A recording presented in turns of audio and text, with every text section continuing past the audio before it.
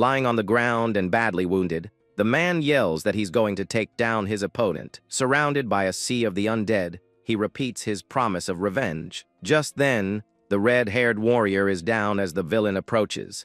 With an evil smile on his face, the adversary just lets out a mocking laugh. Then he wonders how the hero is still breathing after everything. His face filled with rage, the sword Saint Chronogaius grinds his teeth. His enemy calls him pathetic, since he can't even gather any mana. He tells the protagonist to stop fighting, as his own mana level is far superior. Even so, Chrono keeps pushing himself to the limit as his mouth bleeds. The warrior says he doesn't care about any of that as he tries to get up. He offers the villain the world and his fame, because he no longer cares about those things.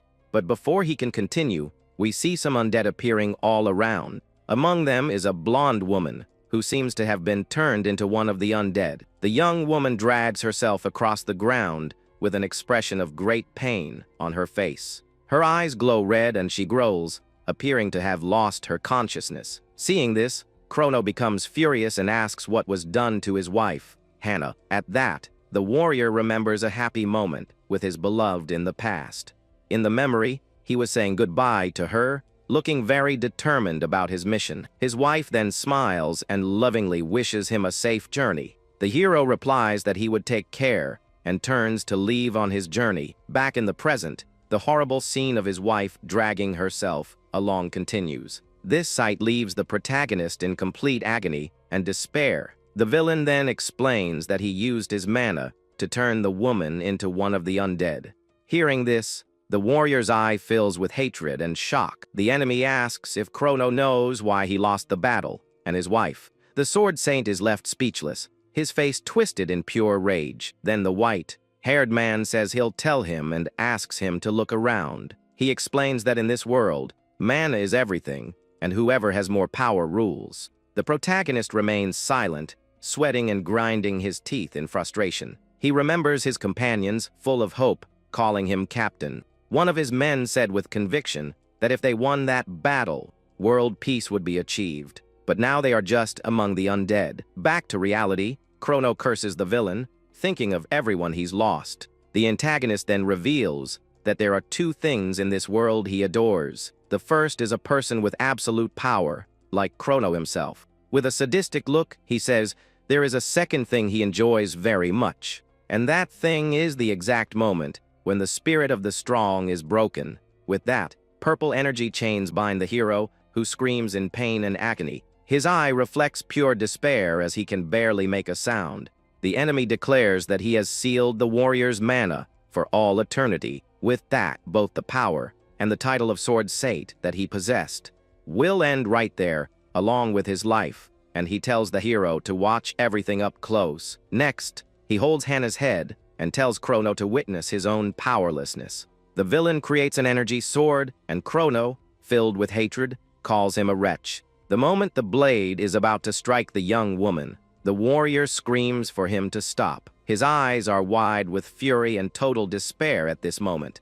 The enemy taunts him, asking why he isn't saving his beloved wife, and challenges him to show his so-called acclaimed power of the Sword Saint right then. With an, if you can, he finishes the woman in front of her husband.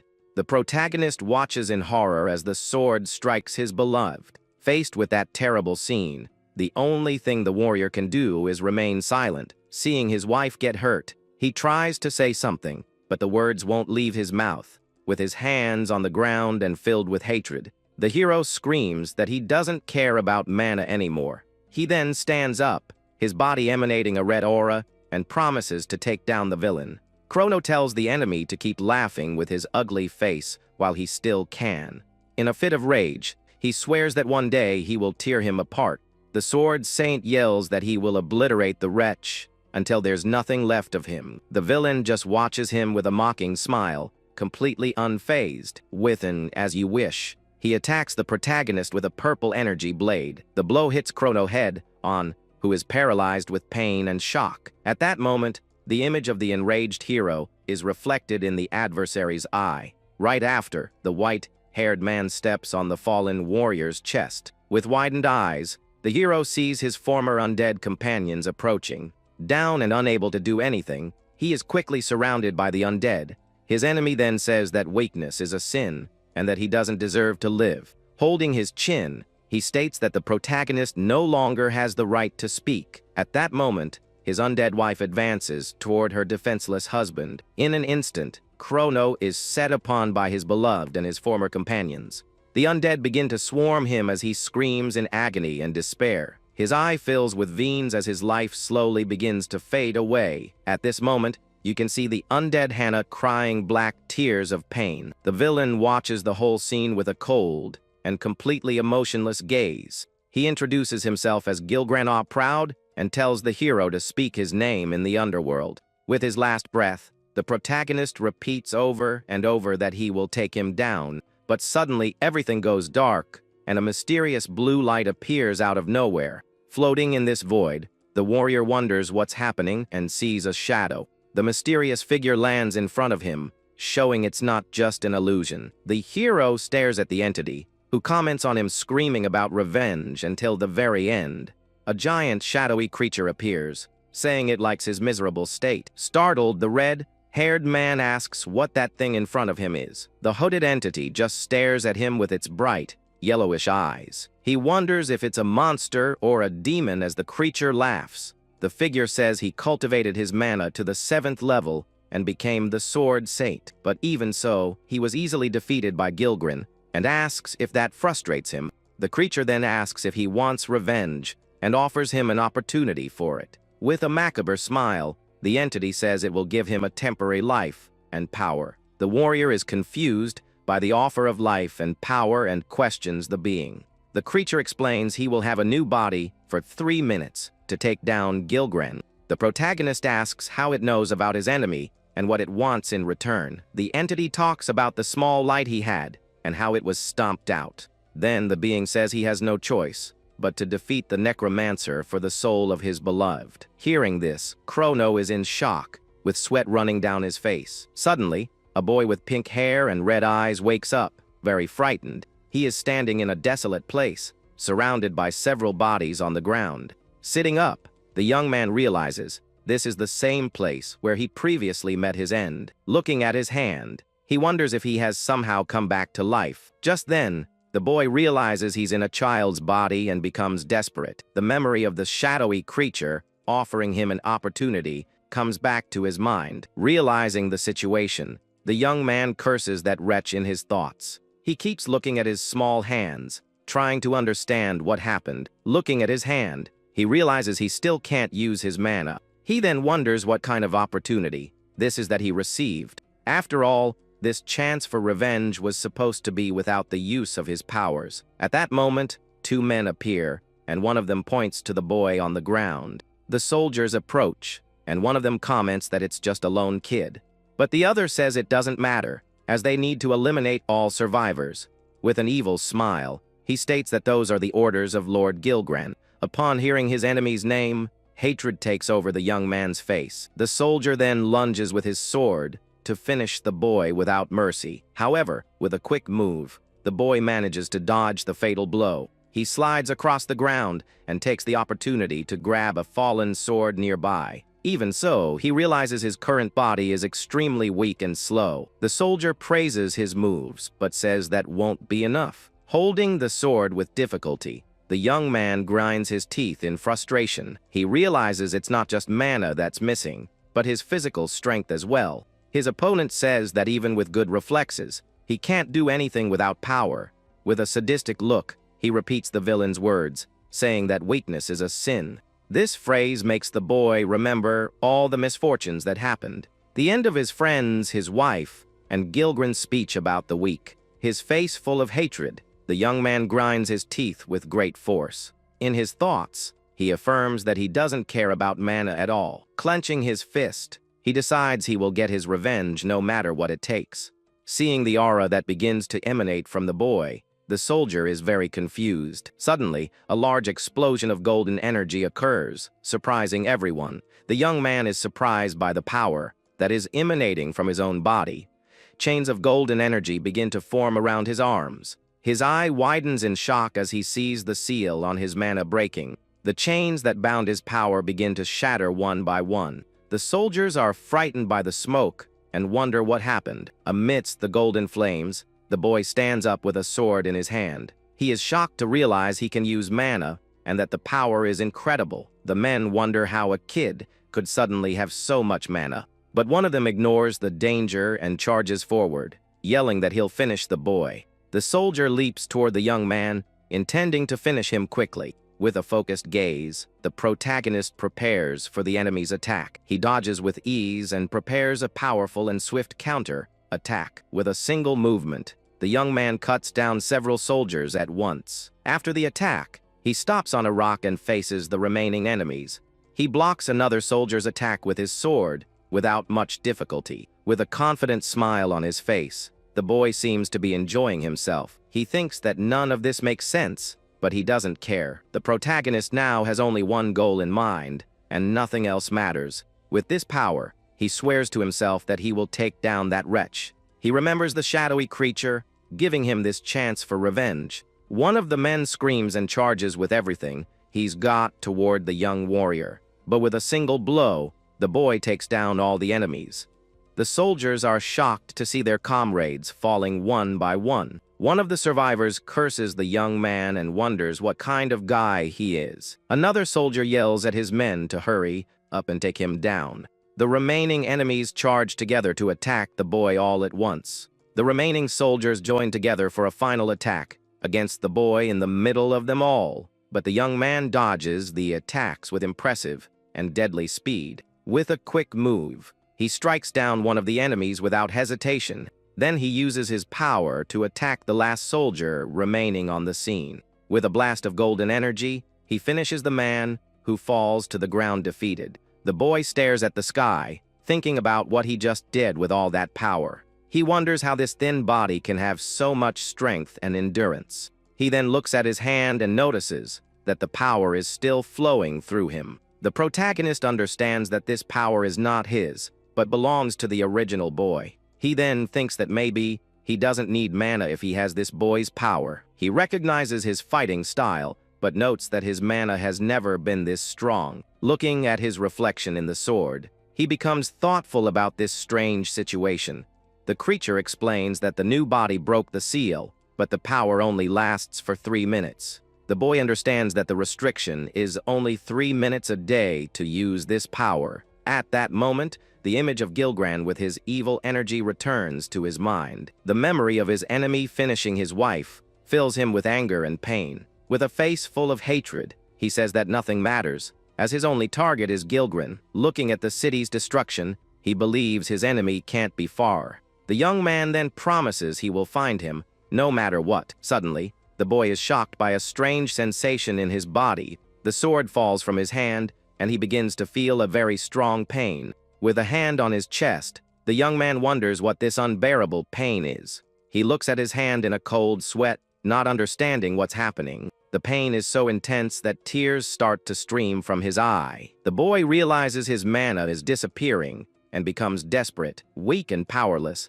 He curses the situation as he begins to pass out. He struggles to stay conscious, but the exhaustion is too great. His eyes close, and he completely blacks out amidst the darkness. A voice asks why the boy is still alive and complains about their father. Another voice then asks who those people are and where their father is. The voices decide to throw him in the forest to be eaten by wild beasts. Next, we see someone walking and humming peacefully through the forest. But the young man wakes up tied up on the ground, unable to move or react. 2 blonde boys stare at him and mock him for having no mana, but being lucky. One of them then smiles and says that this time, he will definitely meet his end, Seek. The protagonist understands that Seek is the name of the body he was reincarnated into. The boys call him a loser and say he doesn't belong in their family. He realizes the boy also had a difficult life and was cast out by his family. One of the youths then throws a brown substance on the tied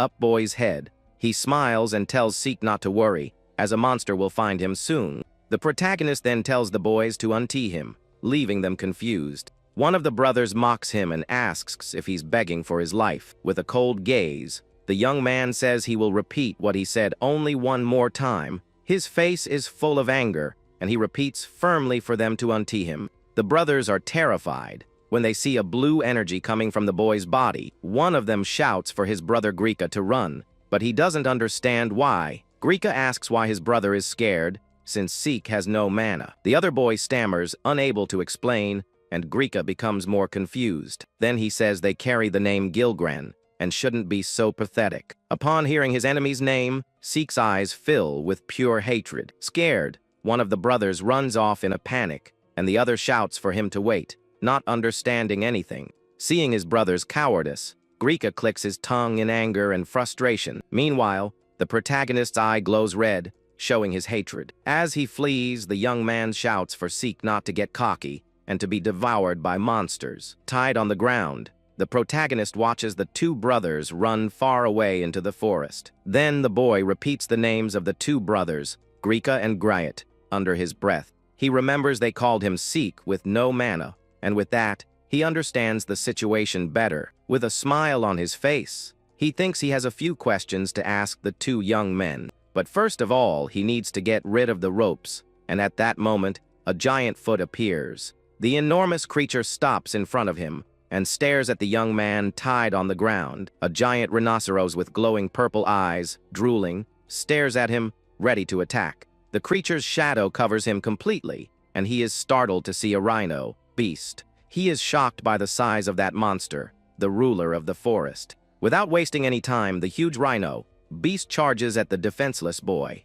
His face full of determination, the young man tries to move somehow to escape. At the last second, he manages to break free from the ropes and jump to the side, escaping. He thinks that a child's body wouldn't withstand a single blow from that creature. Kneeling and panting, the young man confirms that he at least managed to get rid of the ropes. The creature attacks again, but the boy dodges by nimbly jumping over it. He tries to use his powers, but realizes he really can't use his mana. So he wonders how he used that absurd amount of mana to defeat the soldiers before. The young man lands a punch on the monster's head, but the blow barely scratches the creature. The impact of the punch is so strong that he injures himself and ends up spitting blood. The creature shakes its head forcefully and throws the boy away with ease. Lying on the ground, he curses for not being able to take down a monster in this child's body. But his eye shows all his determination, even while sweating from pain and extreme exhaustion. Just then, the memory of his companions calling him captain returns to his mind. He also remembers his beloved wife's smile before everything happened. And finally, the image of the wretch who caused all that tragedy returns. Back in the present, the boy's face contorts in pure rage and hatred. Grinding his teeth, he yells to himself that he doesn't care about anything anymore. He prepares to fight again and swears he will take down that wretch. Meanwhile, the scene changes, and we see a large, luxurious mansion elsewhere. Inside the place, the two brothers are walking down a huge, well-decorated hallway. One of the youths asks why their father hasn't returned home yet. Soon, he sees other men in the hallway and becomes curious about their presence there. A red-haired man greets them, and the young man asks if something happened. The man says the situation is worse, and that the squad sent to Ganchable was annihilated. Hearing this, the two brothers are completely shocked by the news. They ask who could have done such a thing, but the man says they have no leads. He confirms that, so far, they still haven't found the one responsible for the attack. The two brothers look at each other with an expression of worry and fear on their faces. Grika then remembers that Ganshubal was exactly where they left Seek. With this, he starts to think that maybe the boy knew something, but his brother says it doesn't matter, even if the young man knew something. Suddenly, the sound of a door opening echoes through the hallway, grabbing everyone's attention. Thinking it's their father, the youths prepare to go and greet him. The boy gets worried and thinks that if Seek knew something, they shouldn't have abandoned him. Annoyed, his brother tells him to shut up and says that it doesn't matter anymore. He opens the door and starts to say that, on top of everything, that boy was just... But before he can finish the sentence, his brother is hit by a powerful attack. The blonde youth is thrown hard against the wall, leaving the other one shocked. His face contorted in pain, the boy screams as he passes out in the hole in the wall. Desperate, Grika screams for his brother and sees a mysterious silhouette appearing in the doorway. The other guys wonder what that sound was, and what's happening there. Seek emerges from the doorway, carrying the monster, and says they should have covered their tracks. The guys are completely terrified by the sight of the boy and the downed monster, surrounded by a golden aura, and with the creature on his shoulders. The young man faces everyone. With an evil smile, he says he has questions, but first, he will thank them for everything. Then he throws the creature's body to the ground with force, startling those present. The protagonist then walks to the center of the hall, staring at everyone there. At that moment, the image of his past life, as Chrono overlaps with his current body, he looks at his own hand and thinks about the strange mana he was able to use again. The young man realizes that this time it doesn't hurt, like the first time he used the power. He wonders if this has to do with the 3-minute limit or if there's another reason. With a focused gaze, the boy decides not to think about it now and concentrates on his goal. The other men watch him in silence as the golden aura completely surrounds him. One of the guys asks if that's really Seek, since he shouldn't have any mana at all. With a cold look, the protagonist ignores the comments and thinks that none of it matters. He knows there's no time to waste on this, as he has only one objective in mind. With the sword in his hands, he demands to know where Gilbran is and tells them to answer. The men are scared and confused, not understanding what the boy is talking about. Suddenly, a voice asks him to stop, and a person quickly approaches him. A pink-haired girl appears and asks young Master Seek to stop all of this. The protagonist is surprised and very confused by the girl's sudden appearance. The maiden makes a determined expression, while muttering something to the young master. She runs towards him and yells that the young master knows that brothers should get along.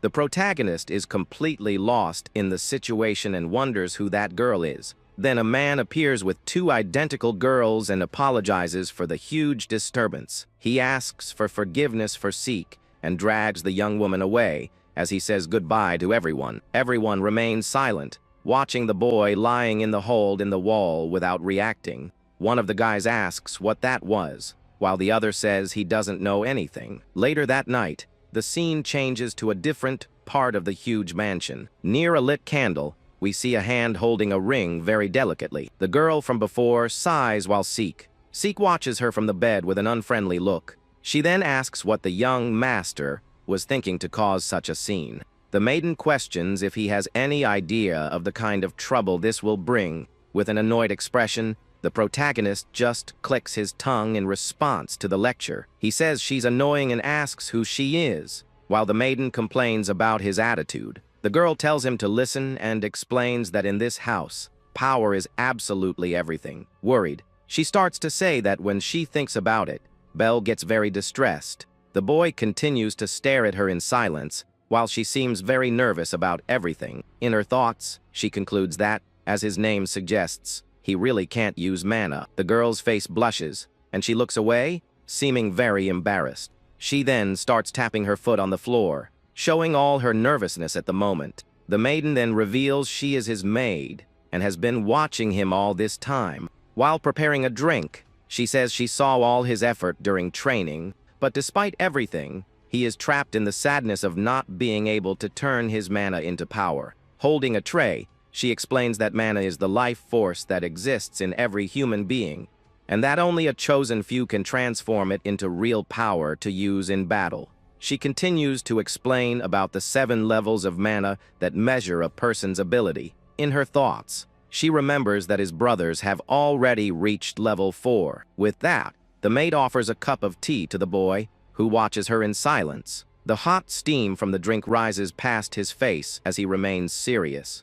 Kneeling on the floor, she says that everyone in the house despises him and that his room is small. Suddenly, the protagonist touches a scar on his neck and is a little surprised. He continues to feel the mark on his skin, with a drop of sweat running down his face. The maiden then reveals that Greeka gave him that scar when he was 5 years old. Holding his hand, she says she remembers every wound he has ever suffered in his life. With tears in her eyes, the maid says her only wish is to keep the young master safe. The protagonist just watches her in silence with a serious expression on his face.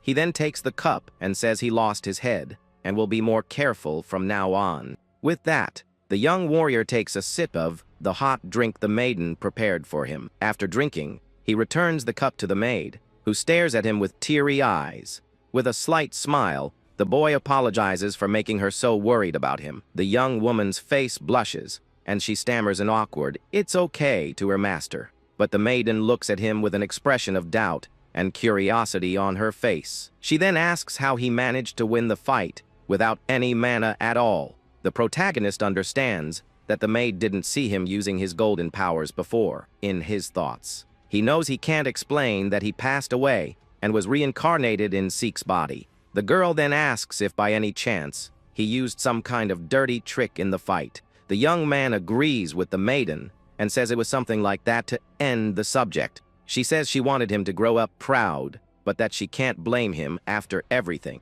The boy then says that no one in the house will scold him for catching others by surprise. He was about to ask something about Gilgren, but the sound of the door opening interrupts him. A guard informs him that Seek's father has returned and requests his presence in the West Hall.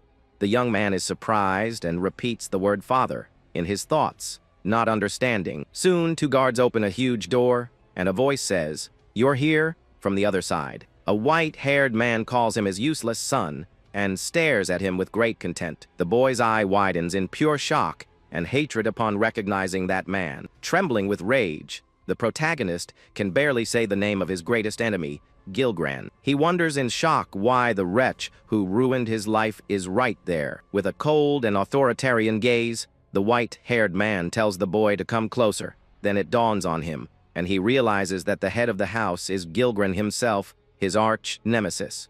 In a cold sweat and grinding his teeth, the boy can barely contain his hatred at that moment. The memory of the shadowy creature, offering him a chance for revenge, returns to his mind. With an evil smile, he thinks that the whole situation has just become very interesting. The young man thinks that his enemy has saved him the trouble of hunting him down, and that he will take him down now. With the maid by his side, the protagonist faces his greatest enemy with hatred in his eyes.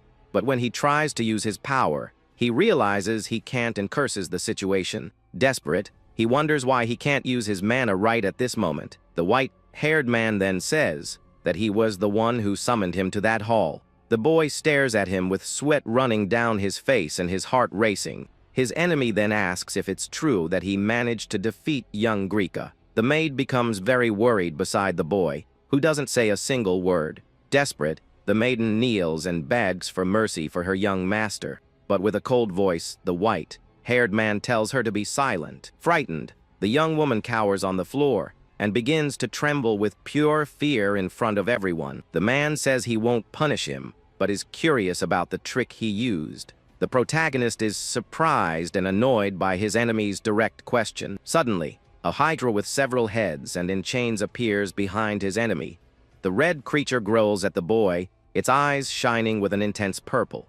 The protagonist recognizes the creature as an undead hydra and becomes serious. The man then says that in this family, power is everything and challenges him to show his. The creature approaches the boy, who faces it without showing a single bit of fear. The maid falls to the floor, frightened, and the young master continues to stare at the creature.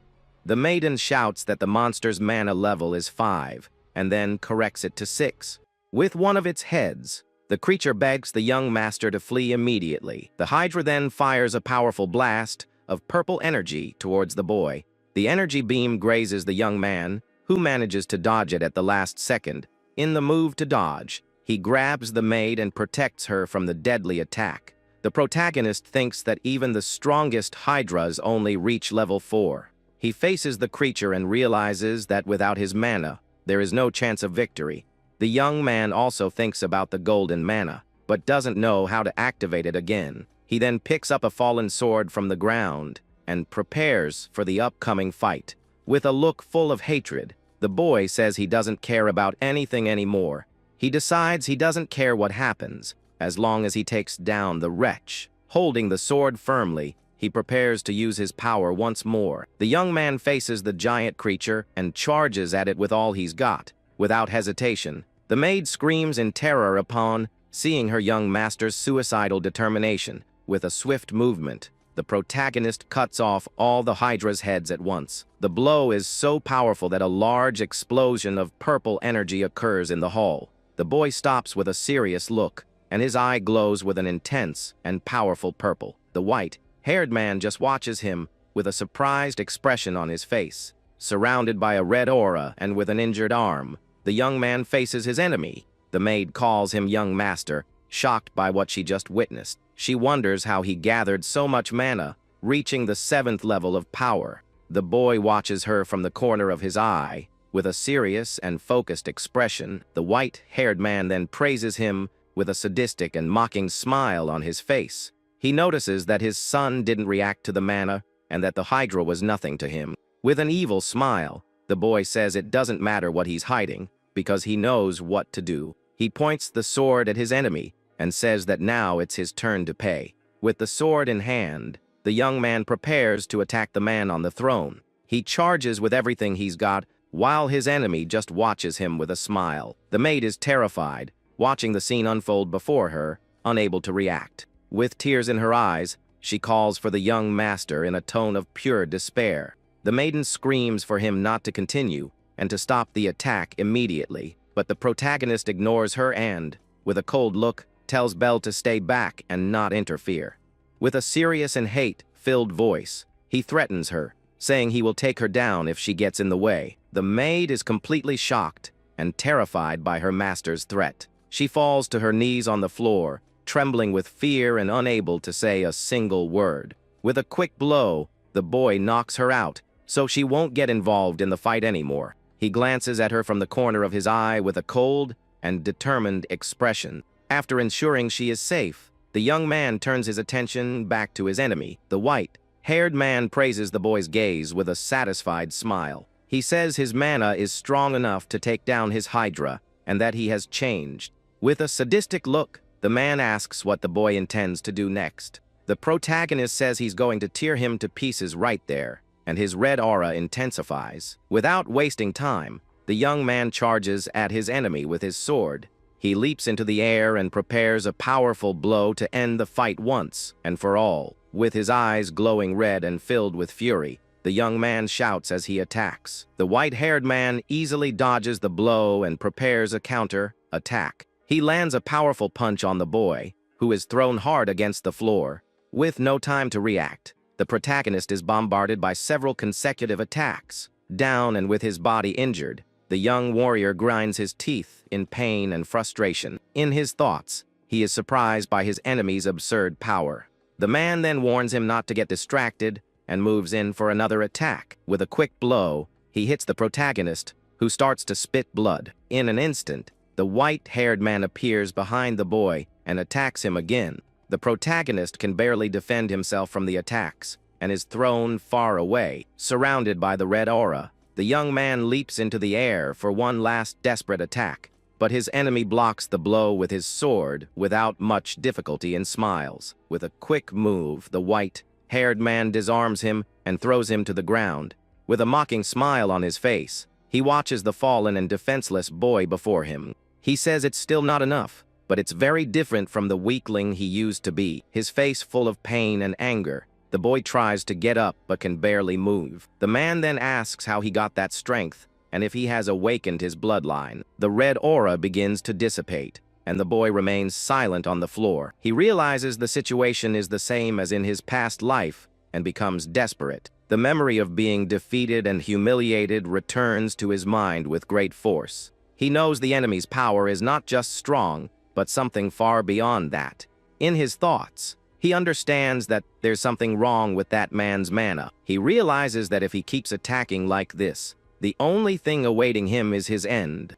His sword saint instincts scream at him to retreat and flee from this fight. Down and powerless, he curses the situation and wonders if he will lose again. In a mocking tone, the man asks why he is silent and taunts him. The boy remains on the floor without saying anything as the red aura completely vanishes. With a satisfied smile, the man says that silence is a great answer. He talks about the family creed, where the victor is justice and the weak are sinful.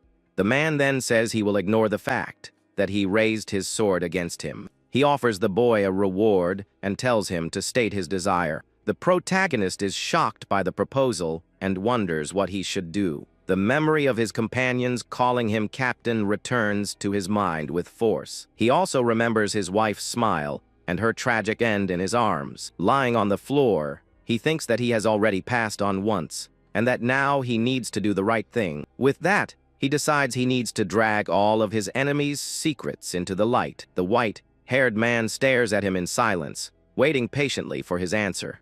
Kneeling, the boy says he wants to see his father's command of the undead. The man is surprised by the request and repeats the young man's words with curiosity. With his eyes fixed on his enemy, the protagonist firmly confirms his desire. The white-haired man stares at him for a moment and seems to consider the proposal. After a moment, he tells the boy to follow him and turns to leave the hall. The scene then changes to a dark and gloomy hallway, lit only by torches. The man opens a secret door and enters a dark and mysterious passage. He descends a spiral staircase and tells the boy to say why he became interested in this. The young man follows him in silence, and the staircase seems to lead to a very deep place.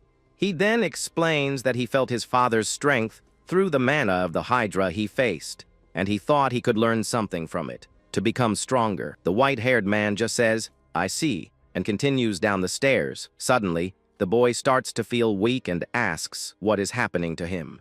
But he plays it off, saying it's nothing, and that he's just a little tired from the fight.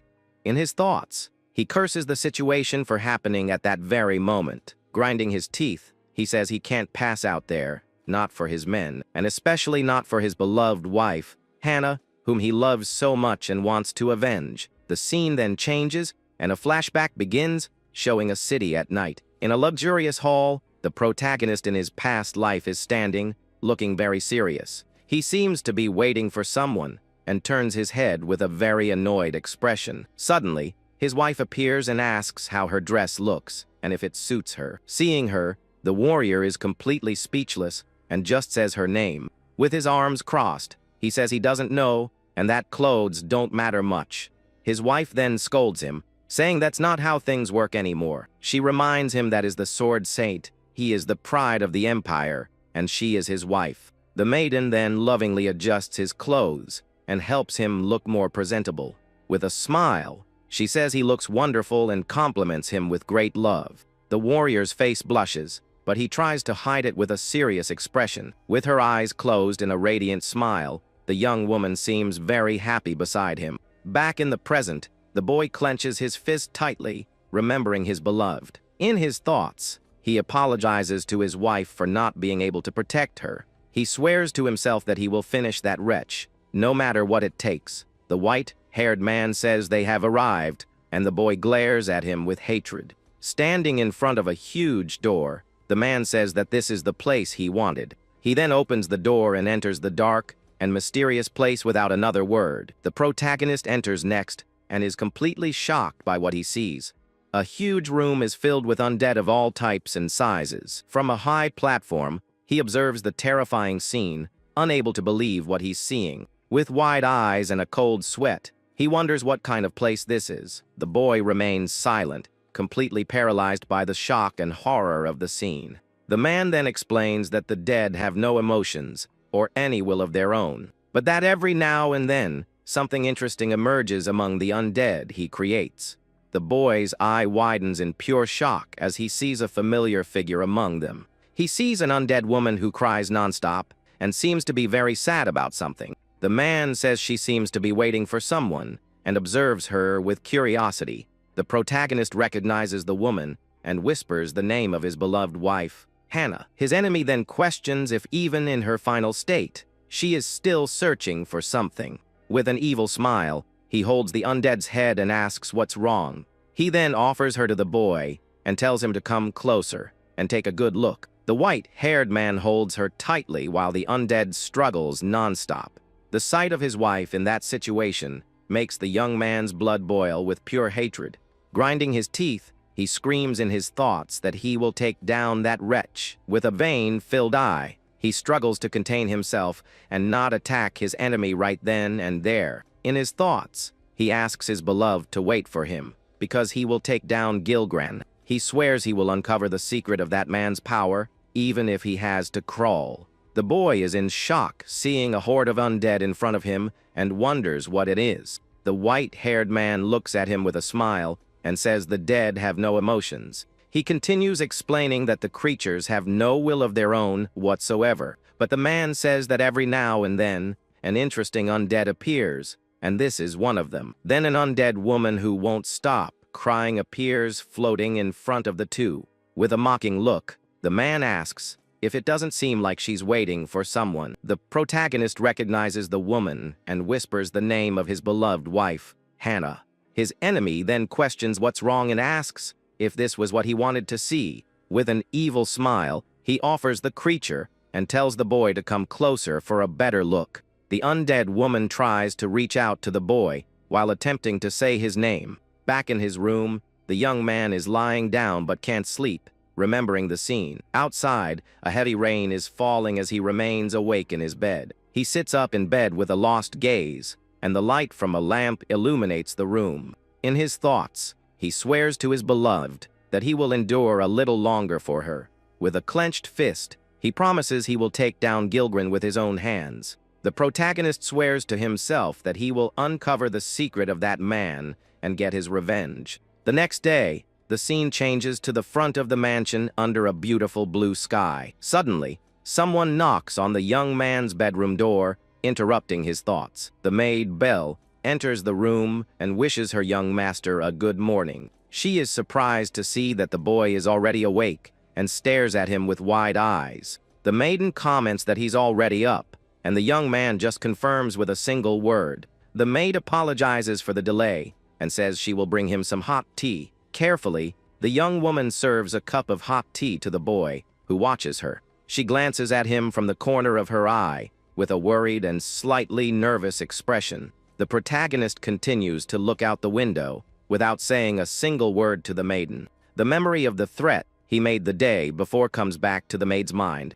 The young woman trembles with fear and takes a step back with a very scared expression. She then apologizes for what happened yesterday, and he says he lost his composure. The maiden says he has finally awakened his mana, and that she was shocked by the power. With a smile, she says that more than anything, she is very happy for her young master. The boy thinks that to take down Gilgren, he needs to unravel the mystery of his power. He reflects that surprise attacks and cheap tricks won't work against that man. The protagonist wonders what kind of sinister mana that is, and that he doesn't understand any of it.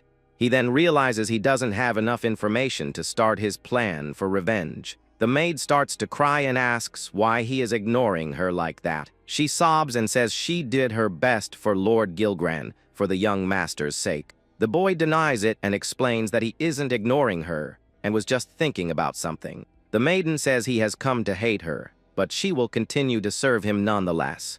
The young man then decides to ask her if she knows anything about Gilgren's mana. The maid is confused by the question, and the boy says that any information will do. She says she doesn't know anything, but has never felt a life, draining mana nearby.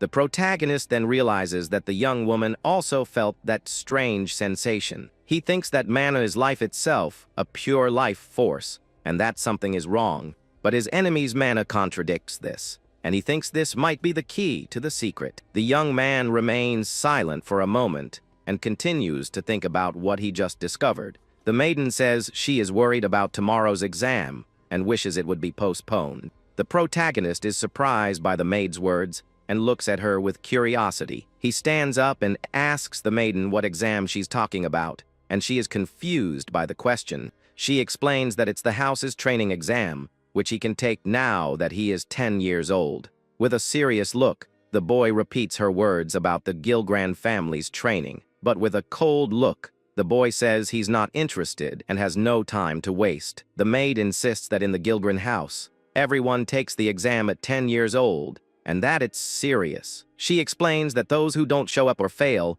are exiled, as the weak have no place there.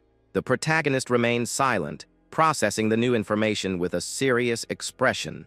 In his thoughts, he wonders why his enemy is so obsessed with proving his strength. The young man then considers if the exam has any connection to the secret of his father's power. With that, he asks Belle if passing the test will get him closer to his target. The maiden replies that if he passes, he could be assigned to the guard unit. She explains that even the lowest ranking soldier in the guard receives direct orders from the Lord. The boy understands the opportunity before him and says he grasps the situation. The scene then changes to the exam location, which looks like a large castle or academy.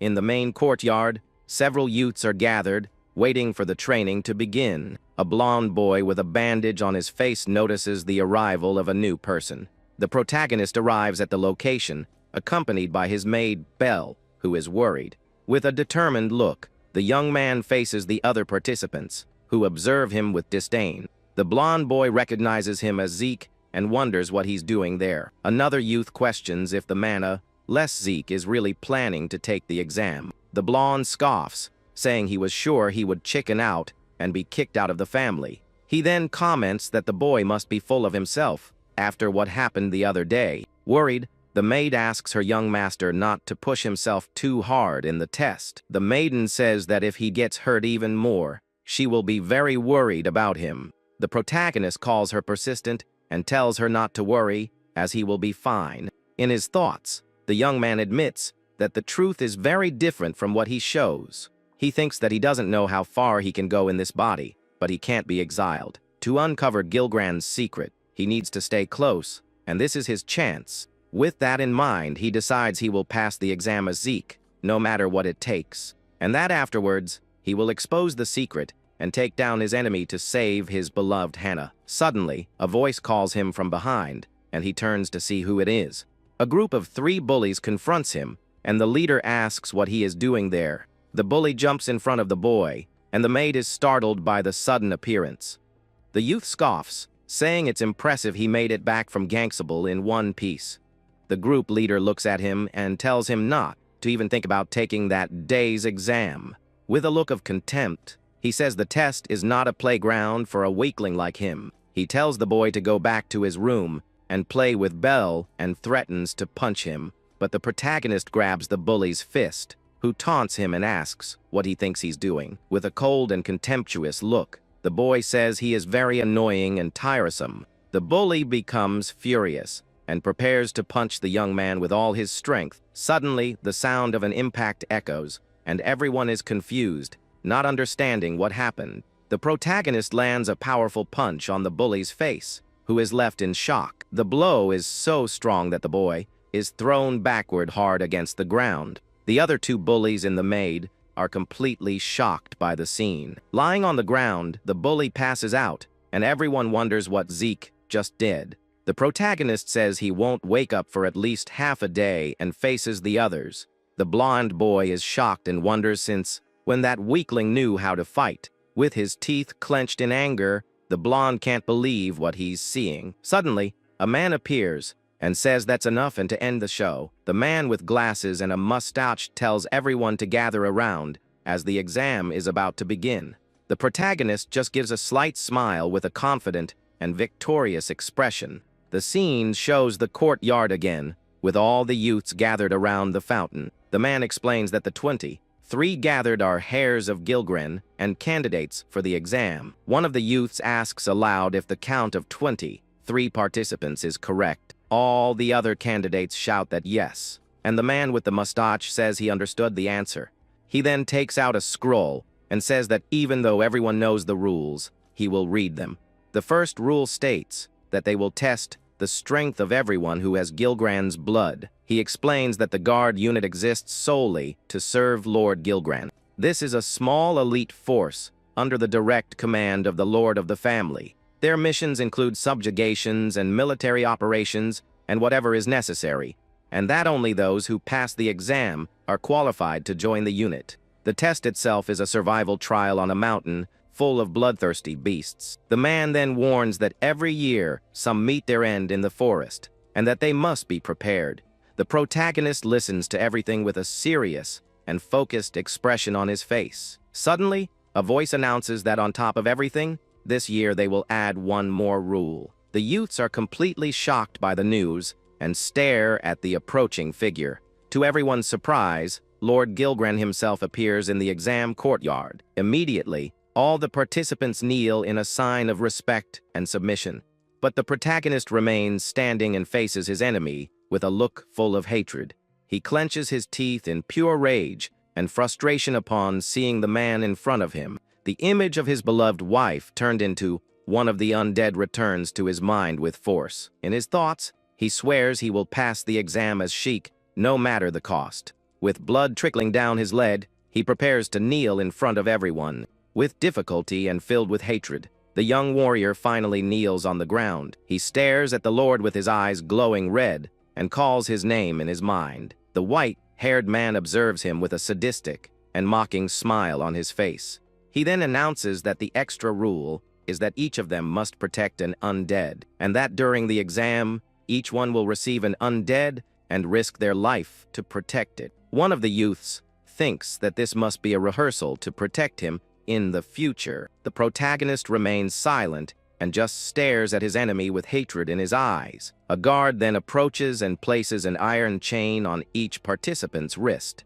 All the youths are chained to the undead they must protect in the exam. With his arms open, the Lord explains that the mana supply to the undead has been cut off. This means that if they are defeated, they will not be revived, and protecting them will be worthwhile. The boy stares at the undead he has been chained to with an expression of disgust and contempt. In his thoughts, he curses the Lord and calls him a sick and crazy wretch. With a look of pure disgust, the boy wonders what the heck that thing in front of him is. One of the youths complains that his undead is crying and says that it's disgusting. Suddenly, the protagonist realizes with horror that he is chained to his wife's undead form. Lord Gilgren looks at him with a malicious and satisfied smile about the situation he created. His face twisted with hatred. The young man calls him a piece of trash in his thoughts. The man then tells his sons to go and show their strength, and they all shout in response. The boy swears he will pass the exam, and that afterwards he will take down that wretch. A hand with a purple aura appears, and a voice says that the first test is survival, and that they must guard the undead that was assigned to each of them in the exam. All the participants respond in unison that yes, and prepare for the test. With his teeth clenched in anger, the young man swears to himself that he will pass that test. He needs to get closer to Gilgren to discover the secret behind his power, and that he doesn't care what he needs to do as long as he reaches the end of the exam. With the image of his companions, he swears he will take down Gilgren and save Hannah. The scene then returns to the conversation with Belle about the family's special training. The young woman explains that the training involves hunting wild animals in the forest, and also hunting magical beasts, and in some cases even other human beings. The young man listens attentively to every word with a serious and focused look on his face. The maiden says she has heard of them throwing siblings on a deserted island and raising the survivors. She then says that to someone like her, all of that seems cruel, and that he remembers it well. The boy nods in agreement, but thinks that he doesn't know any of that firsthand. Back in the present, the maid looks at him and asks if anything about it bothered him. With a distant look, the young protagonist says no and tries to hide his surprise. He then says that everyone in that house only talks about strength and wonders if it's that big of a deal. The maiden explains that the house's history is recent, but the customs have existed for decades, and that with this creed, they have grown into a strong martial house, recognized by all. In his thoughts, the boy feels that something is wrong because the family is new. He wonders why they are so obsessed with power if they don't have much honor to protect. Looking at a portrait of Gilgren, he thinks that instead of answers, he only has more questions. The maid says that he too, as a young master, must follow these house customs. With a sad and worried look, the maiden continues her speech about his future. She says that if the Lord doesn't acknowledge him, he won't be able to stay, and that she is prepared. But if he somehow manages to remain in that large and dangerous mansion, young Belle would be happier than anything else in the entire world. The protagonist listens to everything in silence and becomes thoughtful with the maid's words. Back in the exam courtyard, the hands of all the participants are chained. The blonde boy is disgusted at being chained to an undead that won't stop crying. He then asks if he can switch undead, as he won't be able to hunt like this. But the man with the mustache says the Lord's decision is final and that the chains are magical. The youth insists and says that if he loses points because of this, it will be the worst of all. Suddenly, Lord Gilgren tells him to do as he pleases and looks at him with contempt. He then says that if he has real strength, the undead doesn't matter, and if not, he should leave. Terrified, the boy apologizes and says that's not what he meant to say to his father. With a clenched fist, he shouts that he will complete the trial without fail, and the protagonist watches. The white-haired man stares at him for a moment and seems not to care about the promise. He then turns to leave the place and turns his back on all the young participants. The Lord says he understands and tells him to do his best, as he expects good results. With a grin from ear to ear, the blond boy thanks his father, very happy. The man watches him for a moment and seems to be waiting for something more to happen. The blond boy then turns and calls out Sheikh's name in a mocking tone, but to his surprise, Lord Gilgren turns around and asks what he wants with his son. The protagonist then says he will pass the exam and earn the right to stand by his side. With his eye glowing red, he tells his enemy to just wait and see. The white-haired man stares at him with a serious and somewhat surprised expression on his face. He then says that everything depends on their strength and that they must prove their worth to him. With that, the Lord disappears in a purple mist, and the blond boy says he's gone. Furious, he yells at the protagonist and accuses him of disrespecting the father of them all. The protagonist then calls him by name and looks at him with a serious and cold expression. With a threatening look, he tells the blonde not to dare lay a finger on the undead. With clenched teeth, he threatens him, saying that the second time he does it, he will take him down. The boy then turns his back on the blonde and walks away without another word. Shocked and confused, the youth wonders what he's talking about and why it makes no sense. In his thoughts, he wonders if the protagonist is declaring him a rival. With his face full of anger, he understands that the boy is telling him not to give up, but with a mocking smile, he says he doesn't need his pity and calls him little brother. The man with the mustache then gets everyone's attention and asks if they are ready to begin. With a lamp in his hand, he announces that time is up and the first exam will begin. The man says that the flame entrusted to them by Gilgren will finally signal the start of the test. With that, a purple flame emerges from the lamp and envelopes all the participants in a strange light. The protagonist faces the power with a serious expression as the energy completely surrounds him. He then realizes that this is actually a powerful teleportation spell. In the empty courtyard, the man with the mustache and the maid observe the place in silence for a moment. Then the man wishes for luck to favor the youths, while the maiden looks at him, worried. Young Belle whispers her young master's name, with a very sad expression on her face. The scene then changes to a dense forest, and a purple light indicates that someone has arrived. The boy appears, chained to the undead, and looks around to analyze the new location. Looking at his undead companion, the young man says it seems they have finally arrived. He then supposes that the other participants must have been thrown somewhere else in the forest. The pair then begins to walk through the forest, which has giant mushrooms and a skull along the way. From a distance, we see the boy and his undead walking through the forest in search of something.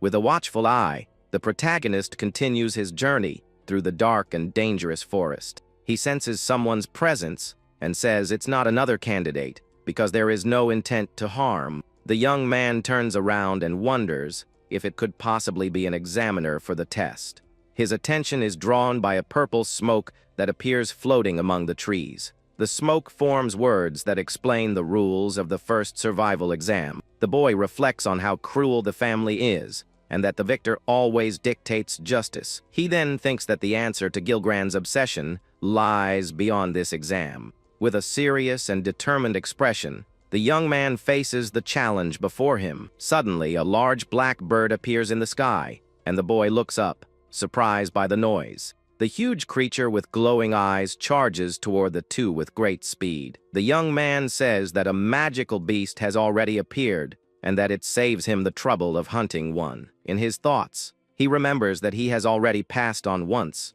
and now has a second life, and that he can't make any mistakes with this new chance as the monster approaches. He then leaps towards the creature and says, "This might be the fastest way." With a look full of hatred, he yells that he will pass the test as Sheikh, no matter the cost. The magical beast opens its mouth and lets out a terrifying roar towards the young warrior. The protagonist uses the undead as a support to jump and attack the creature in the air. With a swift movement, he cuts the monster's wing with his sword in a precise strike. The creature then begins to fall towards the ground, completely out of control. The giant bird falls to the ground, defeated, and the boy pants from exhaustion after the fight. He thinks that his past experiences with escort missions are proving useful now, but suddenly, a new noise catches the young man's attention, and he looks to the side, startled. From the trees, a giant gorilla with purple lightning appears, roaring and ready for battle. The ape attacks the other beast, and the protagonist has to move away to avoid being hit. Annoyed, the boy complains that the monsters are appearing one after another without stopping. With a confident smile, he says he has already lost twice and won't lose again. He then faces the two beasts and says he will use them for his warm-up. The protagonist leaps into the air again and prepares to face both monsters. After the fight, both creatures are down, and the young man says that should do it. He wonders if the examiners are even keeping score somewhere. With his eyes narrowed, the boy senses a new presence approaching him from behind. The young man turns and manages to dodge a swift attack that came his way. He is surprised by the attack and doesn't understand what just happened in front of him. A blue-haired boy praises him and says he wasn't bad at all for a mana-less weakling. The protagonist asks who he is and what he wants with him at that tense moment. The blue-haired youth just gives a slight smile with a very mocking look. He says to skip the small talk and that he will turn him into beast food right away. The protagonist, with a mocking smile, says that a mana-less weakling doesn't even deserve to live. He thinks this is the kind of thing his family would do, and that he hates all of it. The young man then reminds him that the victor is justice, and that all his actions are forgiven. With a cold look, he says that since his enemy attacked first, he should expect no mercy. The adversary is impressed and says he's not bad at all for someone without a drop of mana. The opponent's sword begins to glow with a very intense and dangerous bluish energy. With a furious shout, the boy charges forward and calls the protagonist by name with hatred in his eyes. But the young man faces him and says that since he attacked first, he will have no mercy on him. With a look full of determination, the boy vows to show all his strength now. The enemy gives a slight smile and calls him a mana-less freak with great contempt. With that, he charges forward with all his speed to attack the protagonist with his sword. The youth promises that the protagonist will be the first to drop out of the exam and glares at him with hatred. He then throws a bag on the ground to create a distraction and catch the boy by surprise. But the protagonist sees through the trick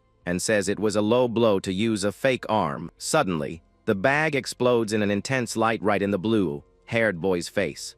The youth shouts, "Serves you right," but is caught by surprise by his own trap. The protagonist emerges from the smoke without a scratch, and the enemy is confused by the scene. With a quick movement, he passes his opponent and hits him in the leg with a precise strike. The youth screams in pain and stumbles backward, his leg injured by the surprise attack. Lying on the ground, the boy screams in pain while the protagonist watches him with a cold gaze. The young man explains that it was just an afterimage and asks if he's never seen one before. He says the forest's humidity helped and that it was easy even in Shake's body. The enemy shouts that he's not making any sense and that he doesn't understand a thing he's saying.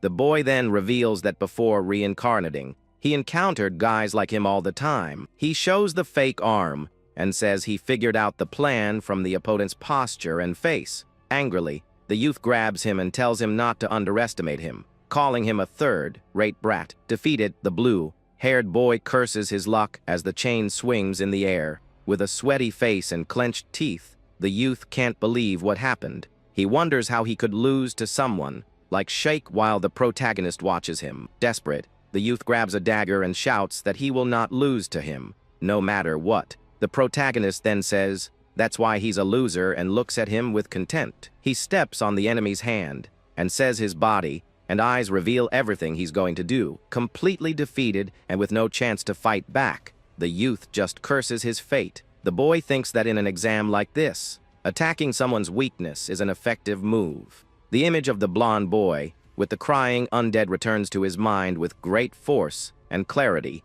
With a focused gaze, the protagonist seems to have reached a new conclusion about the exam. With a quick and precise blow, he cuts the chain that connects the boy to his undead. The magical chain shatters into several pieces, and the undead is finally freed. The youth looks at the broken chain in horror and screams in complete despair at the scene. The boy then turns and says it's over for him, and to enjoy being kicked out of the exam. On his knees, the defeated boy begins to disappear in a strange black smoke in the air. With a cold and determined look, the young man tells himself not to make the wrong move. He needs to take down Gilgren and save Hannah, and for that, he needs to focus on what's necessary. From a distance, a hooded figure observes the scene with the defeated boy on the forest floor. The mysterious man comments that they already have the first dropout of that year's exam. He wonders if that is really the young master, who fights like a seasoned veteran. He jots it down in his notebook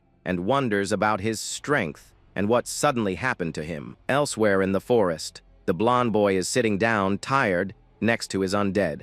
With an injured arm, the youth curses his luck and glares at the creature with disgust and contempt. Suddenly, a loud noise echoes, and a giant monster paw stomps on the ground near him. A gigantic boar-like beast appears in front of the blonde youth with a furious look. He complains about his bad luck, because the first creature he encountered had to be A rank. The huge monster prepares to attack the boy, who is paralyzed with fear behind the rock. With a powerful punch, the beast destroys the rock and sends the boy flying, screaming. As he flies through the air, the youth curses his luck and holds his sword with force and anger. From a distance, the hooded man observes the scene, with the monster facing its two victims. In his thoughts, the man says it's over, and that young Greeka doesn't stand a chance. The beast charges again, and the boy continues to curse his luck with great frustration. With clenched teeth, he thinks he can't fight anymore, and that he has reached his limit. He then considers using the undead as bait, since he has probably already failed the exam. The youth looks at the creature beside him and hesitates for a moment before making his decision. But he remembers the protagonist's threat, who swore to take him down if he hurt the undead. The boy clenches his teeth in pure rage and frustration at the memory of that conversation. With that, he shouts that he understands what his rival was trying to say with that threat. In his mind, he remembers the young man's words to pass the exam without harming the creature. With a look full of determination, the blonde boy seems to have made a new decision. He then recalls his rival saying that, if he were his rival, this would be nothing. The youth faces the beast and, with clenched teeth, says he got his rival's message. He shouts that he will do it because he won't show something pathetic to his new rival. With a firm and decisive step, the boy prepares to face the beast with everything he has. He runs towards the giant monster with his sword in hand, ready for battle. The creature faces him with its glowing red eyes and prepares for a counter-attack. With a devastating punch, the beast attacks the youth, who tries to dodge the mortal blow in the air. The boy manages to dodge just barely, and the punch hits a tree, breaking it with the impact. With a bloody nose and a sweaty face, the youth faces his enemy with pure determination. He then starts to attack the beast with several sword strikes that seem to have no effect. The hooded man observes the scene and says that it's simply incredible to watch. He is surprised that the boy is actually charging against such a strong creature. But the beast attacks again, and the youth is thrown far away by the force of the blow. The man says his courage deserves praise, but the power difference is too great. The creature begins to glow with red energy, and the boy is breathless on the ground. Desperate, the youth thinks that this is really his end, and that there is no hope left. The beast then prepares the final blow, but is interrupted by a quick and mysterious attack. With its arm cut, the creature looks to the side, confused and surprised by what happened. Lying on the ground, the blonde boy doesn't understand what just happened and stares at the scene. Suddenly, the protagonist appears, surrounded by a black aura, and the youth calls out his name. The boy tells him to stop making that ugly face with a tone of contempt in his voice. Looking at the scene, he says that, luckily, he managed to arrive in time to prevent the worst. He then scolds the youth and says that if he uses mana, he should consider the level difference. Surprised, The boy listens to him, and the protagonist asks if he came to save his rival. With a cold look, he says that if he doesn't want to perish, he better risk his life to keep up with him. The beast screams in pain and a whole lot of anger because of the arm injured by the boy's surprise attack. The giant creature stares at the two boys, while the little blonde one stays on the ground, completely terrified. Still on the ground, the blonde kid looks at our protagonist, who is covered in a dark aura. With an annoyed face, he tells his rival to stop making that scary face. The blonde kid is shocked and doesn't know what to say to his new rival's cold attitude. With a cold gaze, he warns that if the blonde kid doesn't want to meet a bad end, he'd better risk everything to follow him. Our protagonist then turns and faces the beast, getting ready for the next big battle. But the blonde kid gets mad and yells at his rival not to act like he's the big boss. He then says he was already about to defeat that creature all by himself, without any help. The boy just stares at him with a very cold and disdainful look for the other's attitude. Then the young man turns and starts walking toward the blonde kid and his undead over there. The blonde boy then asks what he wants, getting so close all of a sudden. He ignores the kid and keeps staring at the undead with a very serious and focused look. Out of nowhere, two dark objects fly toward the creature, which seems a bit startled by it. With his eyes fixed, the young man carefully watches the objects, getting closer to the undead. With a grim face, he seems to be very focused on some kind of mysterious plan. He then turns to the creature and promises he'll be able to get her out of that situation. With eyes full of certainty, he asks Hannah to just wait a little bit longer. The rival is confused and wonders if the young man has a thing for his undead. He starts to wonder if the protagonist might be into older, more experienced women, but with a disgusted look, he wonders if his rival is actually into the undead. Changing the scene, we see someone serving a cup of tea in a super fancy and expensive place. A guy comments that there are more people and wonders how many will make it out of that test alive. With a slight smirk, the white-haired guy stares at the magic orb in front of him. In his thoughts, he says that those who lack strength are completely useless to him. The other man comments that the rank B beasts are already much stronger than the rookies. Suddenly, the guy with glasses notices something in the sphere and is surprised by what he sees. With his eyes wide open, he can't believe the scene that's happening right there. He yells that it's a rank 8 beast and that there wasn't supposed to be one in the forest. The white-haired man just confirms the whole thing with a very sinister smile on his face. The servant, sweating, then asks if this was all Lord Gilgran's doing, who looks at him. Gilgran replies that it's just a bit of fun to liven things up. With that, the guy with glasses says this will be a very difficult challenge for the young ones. He thinks the power difference is huge and that no boy can defeat the creature, especially considering the special abilities that this specific monster has. Back in the forest, the beast starts to be covered in purple lightning and regenerates. The rival panics and asks what the protagonist is doing just standing there like a fool. The monster's arm that had been cut off regenerates completely in just a few seconds. The blonde young man is shocked and yells that the creature's regeneration is way too fast. With a panicked face, he says there's no chance they can defeat that creature. At that, he starts running desperately and yells for the protagonist to do the same. With an annoyed look, the protagonist turns and calls his rival a complete fool. The beast then notices the boy running and shifts its attention to him and the undead. With a deafening roar, the monster charges full speed toward the terrified young man. The boy looks back in terror as he sees the giant creature getting way too close. But just as the monster is about to attack, a sword blocks the blow at the last second. The protagonist defends the attack, and the blonde kid is thrown to the ground by the impact. Totally in shock, the boy yells his savior's name one more time. The young man then looks at him and angrily asks what on earth he was thinking. He scolds him, saying it's obvious the beast would attack if he turned his back.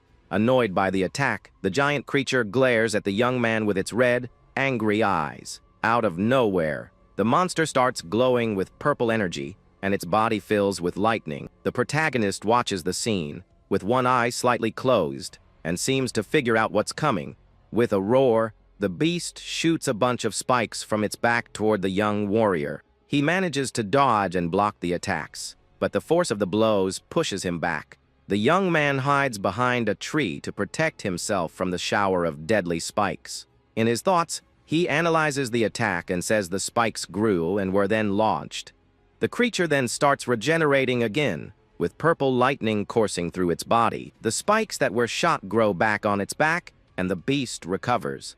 The blonde kid is shocked and comments that the monster is incredible and has already healed again. But the beast attacks again, and the protagonist has to dodge with difficulty while in mid-air. He thinks that no living being should be able to heal that quickly. With this, the young man concludes that that creep Gilgren must have done something to the beast. Annoyed with the situation, he jumps into the air and says this whole thing is really irritating. He then attacks the beast with his sword, but the creature regenerates the moment it's hit. The blonde young man shouts in shock because the monster healed again in just the blink of an eye. With that, the protagonist retreats and faces the beast, which watches him with a very menacing look. He thinks that if he takes it easy for even a second, the creature will just keep healing forever. With that, the boy thinks about using his ancient swordsmanship, but no one there knows that style. And to make matters worse, the guys from the exam are watching every move of this crazy test.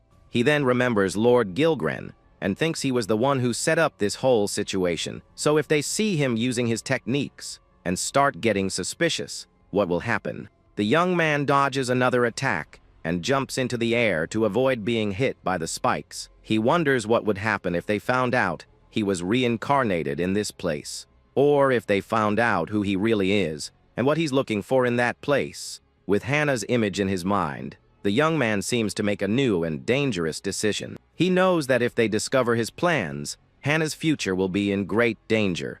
With a determined look, the boy prepares to fight with everything he has now. He tells himself he can't let that happen and that he needs to focus for good. A voice in his mind calms him and says he already knows what he needs to do to win. The blonde boy is then shocked and asks how he got so strong all of a sudden. With a cold look, he tells his rival to shut up, saying he's just really weak. The protagonist then grips the hilt of his sword with much more strength and determination. He clenches his hand so tightly that his knuckles turn white from the tension. Suddenly, an aura of purple and orange flames completely covers the young warrior. From a distance, the hooded figure is surprised and wonders what kind of stance that is. The protagonist thinks he can't reveal who he is and that he can't fall in this place. With that, he decides he'll use his swordsmanship and eliminate the beast so as not to leave any clues. The creature glares at him with its glowing red eyes and prepares to attack.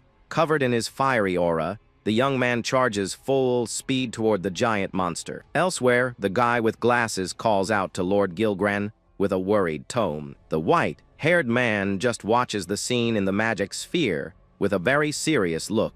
The servant then says he never thought he would send a rank of beast to the exam. He finishes by saying that even if they carry his blood, there's no way a boy can win.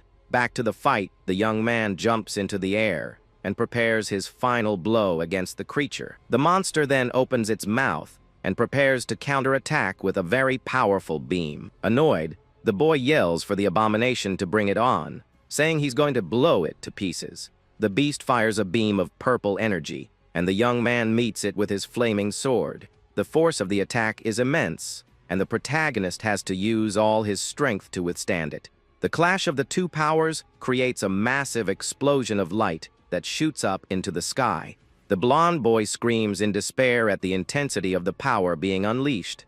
The giant creature is completely engulfed by the powerful, purple energy explosion. With a final cry, the beast seems to be consumed by the intense light of its own attack. But out of nowhere, the protagonist manages to break through the explosion with his fiery aura still lit. With a firm step, he advances toward the creature, ready for a counterattack. The young warrior runs through the middle of the explosion to hit the beast in its moment of weakness. Annoyed, he complains that the monster tried to cancel the attack and get him with the blow.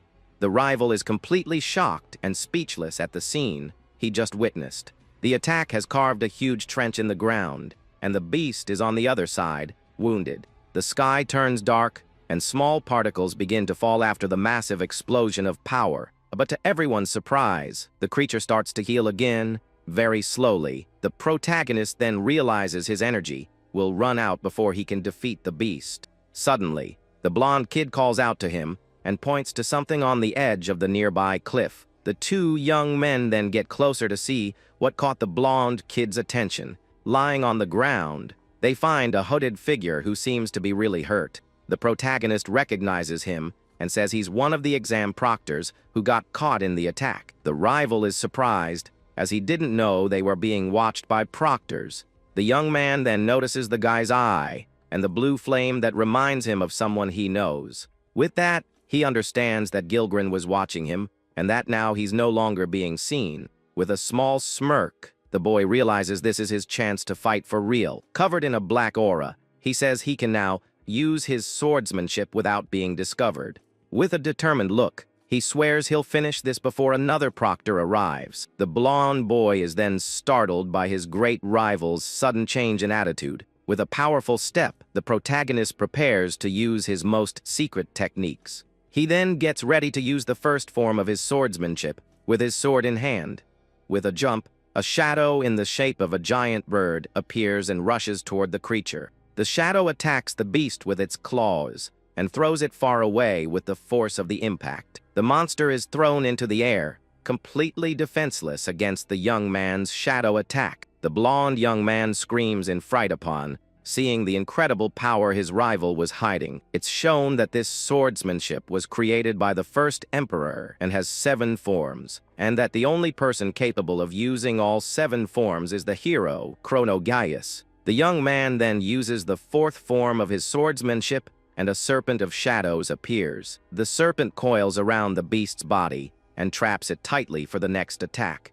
With the creature trapped, the protagonist charges with his sword for his final blow. He runs at full speed to seize the opportunity and end the fight quickly. The boy then complains that his body and the undead are limiting his full power. With that, he throws the undead away and prepares for 2 more very powerful strikes. The protagonist concentrates, and a new aura of power begins to cover him in the fight. He then uses the 3rd form, and a rhinoceros shadow charges toward the monster. With the blow, a new explosion occurs, kicking up a giant curtain of dust into the air. Back at the palace, the magic sphere that Gilgren was using to watch the fight shatters. The servant then asks worriedly if something wrong happened to Lord Gilgren. With a serious and slightly annoyed look, the white-haired man stares at the broken sphere, but with a small smirk. He seems more curious than worried about the scene. He then tells his servant it was nothing, and that there's nothing to worry about. Back in the forest, the dust begins to settle, and the destruction from the fight is revealed. The creature is still alive but badly wounded, and its healing is much slower than before. The protagonist then prepares to continue the fight and finish the monster once and for all, but he realizes he's using up too much mana, and that the beast is still standing just fine. With a determined look, he realizes he has no choice but to go all out. The creature glares at him with its glowing red eyes and prepares to attack with everything it has. But the protagonist creates a barrier of fire around himself to protect himself from the attack. The blonde boy desperately yells for his rival to run, because there's no way he can beat the beast. The young man explains that the attack has a giant range and consumes a lot of mana at once. With that, he prepares to use the 2nd form of his swordsmanship to trap the monster. He then summons a hunting dog's cage made of golden energy to trap the beast. A giant shadow of a hunting dog appears, and the cage forms around the creature. Trapped in the cage, the monster roars in anger and tries to break free from the energy bars. With a small smirk, the protagonist says he caught the beast and can now attack. With the creature trapped, he can see a glowing magic core inside it. He explains that every magical beast has a core, and that inside the cage, he can find it. With the core's location, the young man readies his sword for the final, precise strike. With a look full of determination, he prepares to cut the creature down once and for all. The beast's magic core is sliced in half and begins to shatter in the air from the blow. The young man then concludes that the core was modified, and that it was Gilgren's doing all along. The blonde boy is shocked and can't believe his rival actually managed to win. He wonders what kind of swordsmanship that was, as he's never seen anything like it. With his teeth clenched, he thinks that if things continue like this, His place is at risk. Suddenly, the protagonist feels a sharp pain in his hand and falls to his knees on the ground. With a sweaty face, he curses his luck because his body couldn't handle the power he used. He then thinks that he spent too much mana for too long and his body couldn't take it. The young man collapses on the ground, completely exhausted after the long and difficult battle. The rival runs toward him, worried, and shouts his name to see if he's okay. He gets closer and asks if the boy is still alive after using so much power. Suddenly, the body of the fallen beast begins to dissolve into a strange black smoke. The creature vanishes completely, leaving only a red puddle on the forest floor. The blonde young man stares at the scene in shock, while the undead watches him with an empty gaze. In his mind, he remembers his mother's words, reminding him of his noble family. She forbade him from suffering the shame of exile and pressured him to be the best of all. His mother told him to step on his brothers if necessary to achieve his goals, and with a cold look, she told him to conquer glory and win, even if it meant taking lives. With his eyes wide open, the boy seems to have a new perspective on life and power. A small smirk appears on his face, and he seems to have made a new decision. Suddenly, the scene changes to a field of flowers with a calm, red sky. A man with red hair and armor wonders where he is and what happened there. With a confused look, he doesn't recognize the place and seems to be lost in his memories. Suddenly, he sees 3 dark figures approaching him in the field with an empty gaze. He realizes the figures are undead who are staring at him with their glowing green eyes. The man is startled to see a crowd of undead approaching him with bad intentions.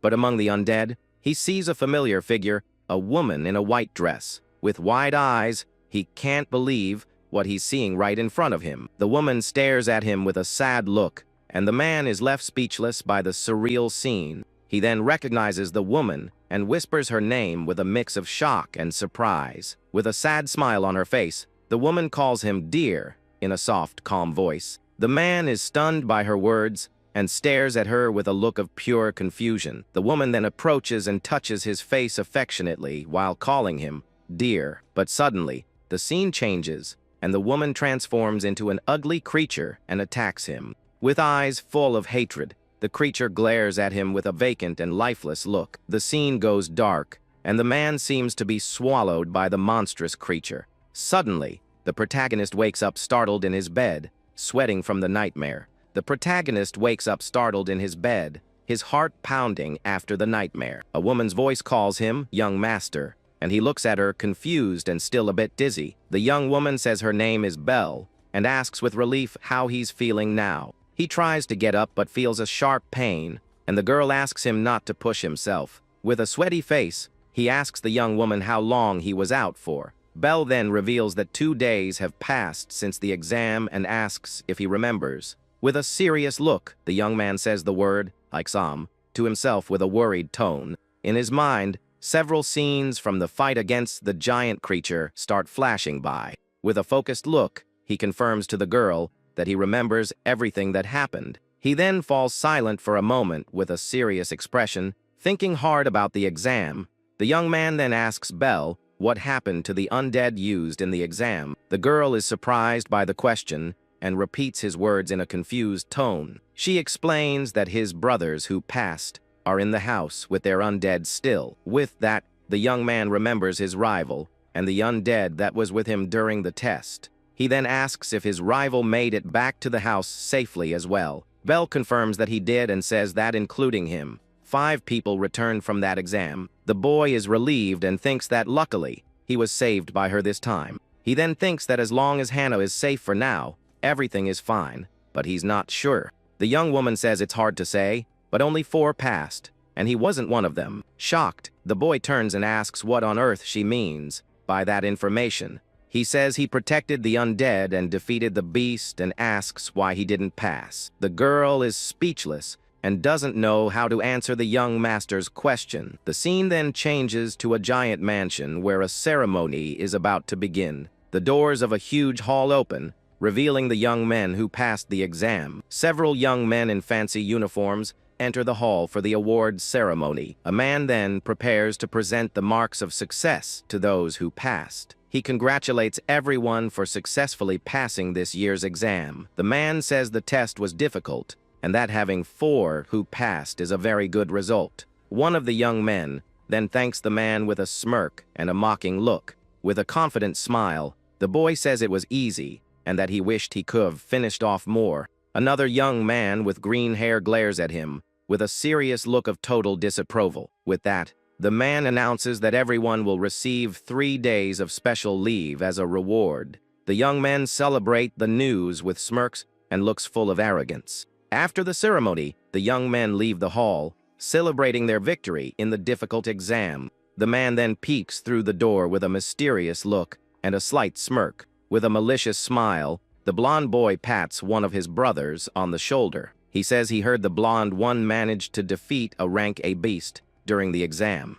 The boy is startled but plays it cool and says, "Yes, that's more or less what happened." The green-haired young man says he's never heard of a beast like that in an exam before. He continues and asks where he got so much strength to protect the boy with no mana. With a small smirk, the boy says he's not going to tell his secrets to a rival. The green-haired young man is left speechless by his older brother's response. He then says he doesn't care about that, and that he'll find out the truth on his own. The blonde boy just says goodbye and walks away with a serious and determined look on his face. In his thoughts, he says with a smile that he doubts the other one doesn't care. A memory of the end of the fight comes back to his mind, with the image of his rival on the ground. The blonde young man looks at the unconscious boy and calls his name with a worried tone. He approaches the body and asks if he's still alive after that intense fight. With his 2 undead, the young man looks at his fallen rival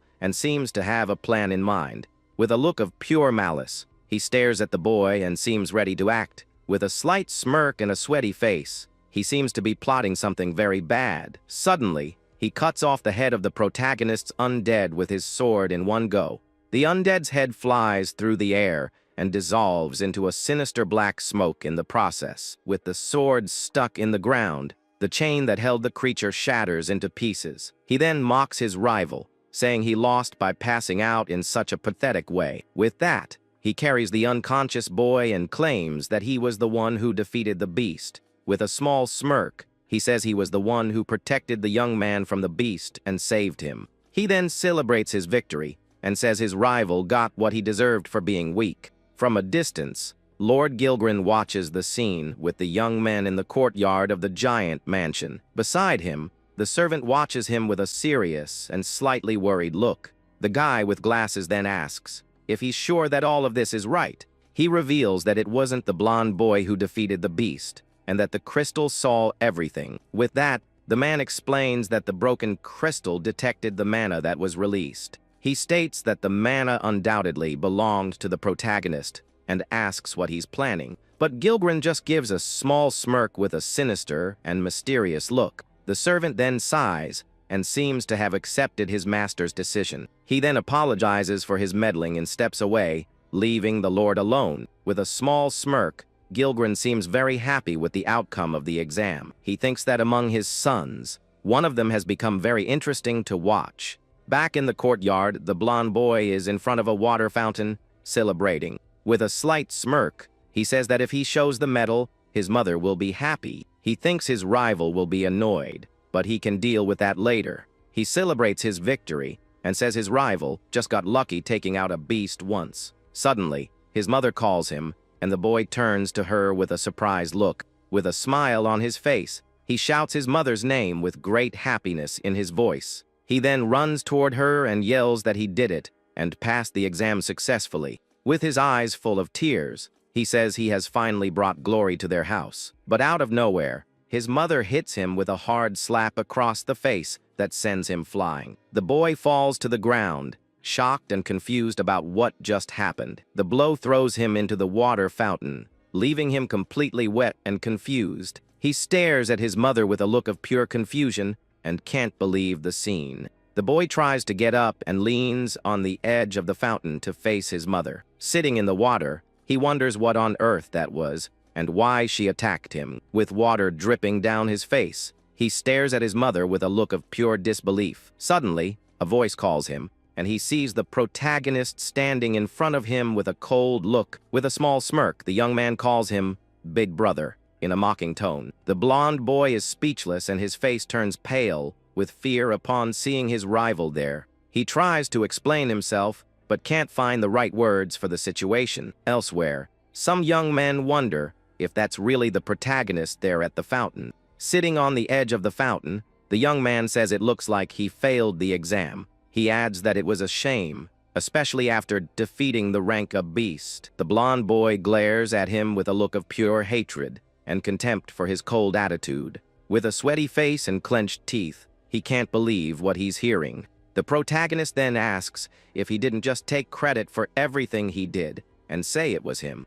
With a furious look, he threatens his rival, saying the fountain could become his final resting place. Desperate, the young man says he doesn't know what he's talking about and tells him not to blame him. With a face full of anger, he demands proof, saying his rival can't prove anything. But before he can finish his sentence, the protagonist hits him with a powerful punch. The other young men watching the scene are thrown back by the force of the blow. The boy screams in pain, his head throbbing from the punch he just took. The protagonist glares at his rival with a cold look and says he understands the situation now. With a small smirk, he says that if the rival was at fault, he would have let him live. The blonde boy becomes desperate and starts to stutter, not knowing what to do or say. Suddenly, the young woman begs for her master to calm down and not do anything foolish. She yells that he can't take him out, because in that house, harming one of their own is forbidden. With a small smirk, the rival agrees with the young woman and gives him a challenging look. He then says he passed the exam and has the medal to prove his victory. With that, he calls him a medal, less piece of trash, and says he can't fight without it being a duel. The protagonist then asks if, in an official duel, he can take him out without any problems. The rival is shocked and speechless at the young man's direct and frightening question. Desperately, he says that's not what he meant, but the boy cuts him off. The young man then challenges him to a duel for the medal with a look full of hatred. The rival tries to refuse, saying he's tired, but the young man doesn't seem to care. Suddenly, the boy's mother yells at him to accept the challenge and show his strength. She reminds him that he defeated a beast and passed the exam, and that this should be nothing. Desperate, the young man tries to explain the truth to his mother,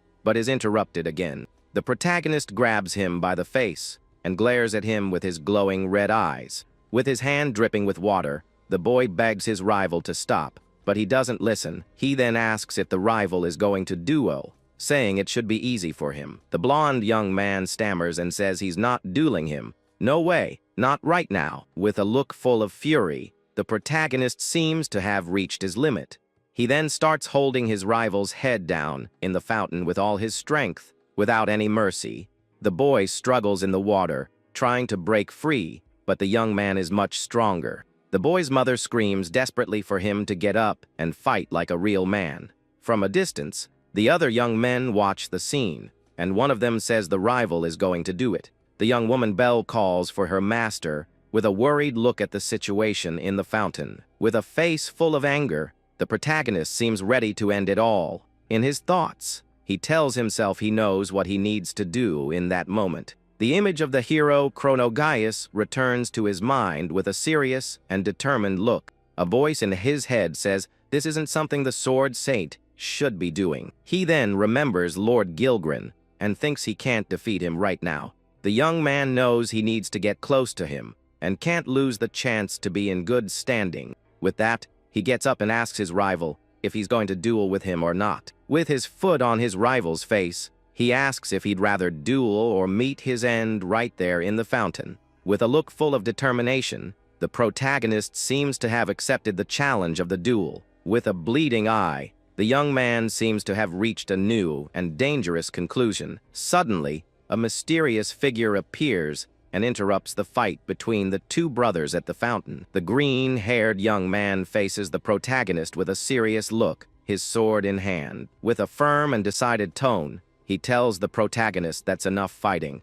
The young man turns and faces the new guy with a look of surprise and suspicion. He thinks that he didn't feel his approach and that he just appeared out of nowhere. With a serious look, the protagonist seems to recognize the young man from somewhere. Annoyed, the boy yells his brother's name with a tone of pure anger and frustration. The green-haired young man stares at him with a serious look and seems confused by the scene. He then asks what he's planning, and if he's not there to get rid of anyone. The boy replies that it's not that simple, and that he has something to ask him. With a serious look, he asks if the protagonist was the one who took out the beast in the exam. The young man stares at him with a slight smile and asks what he gets if he answers that. With that, the green-haired boy says he figured that would be the answer. He then says the truth doesn't matter, because there's no way that useless guy could have done it.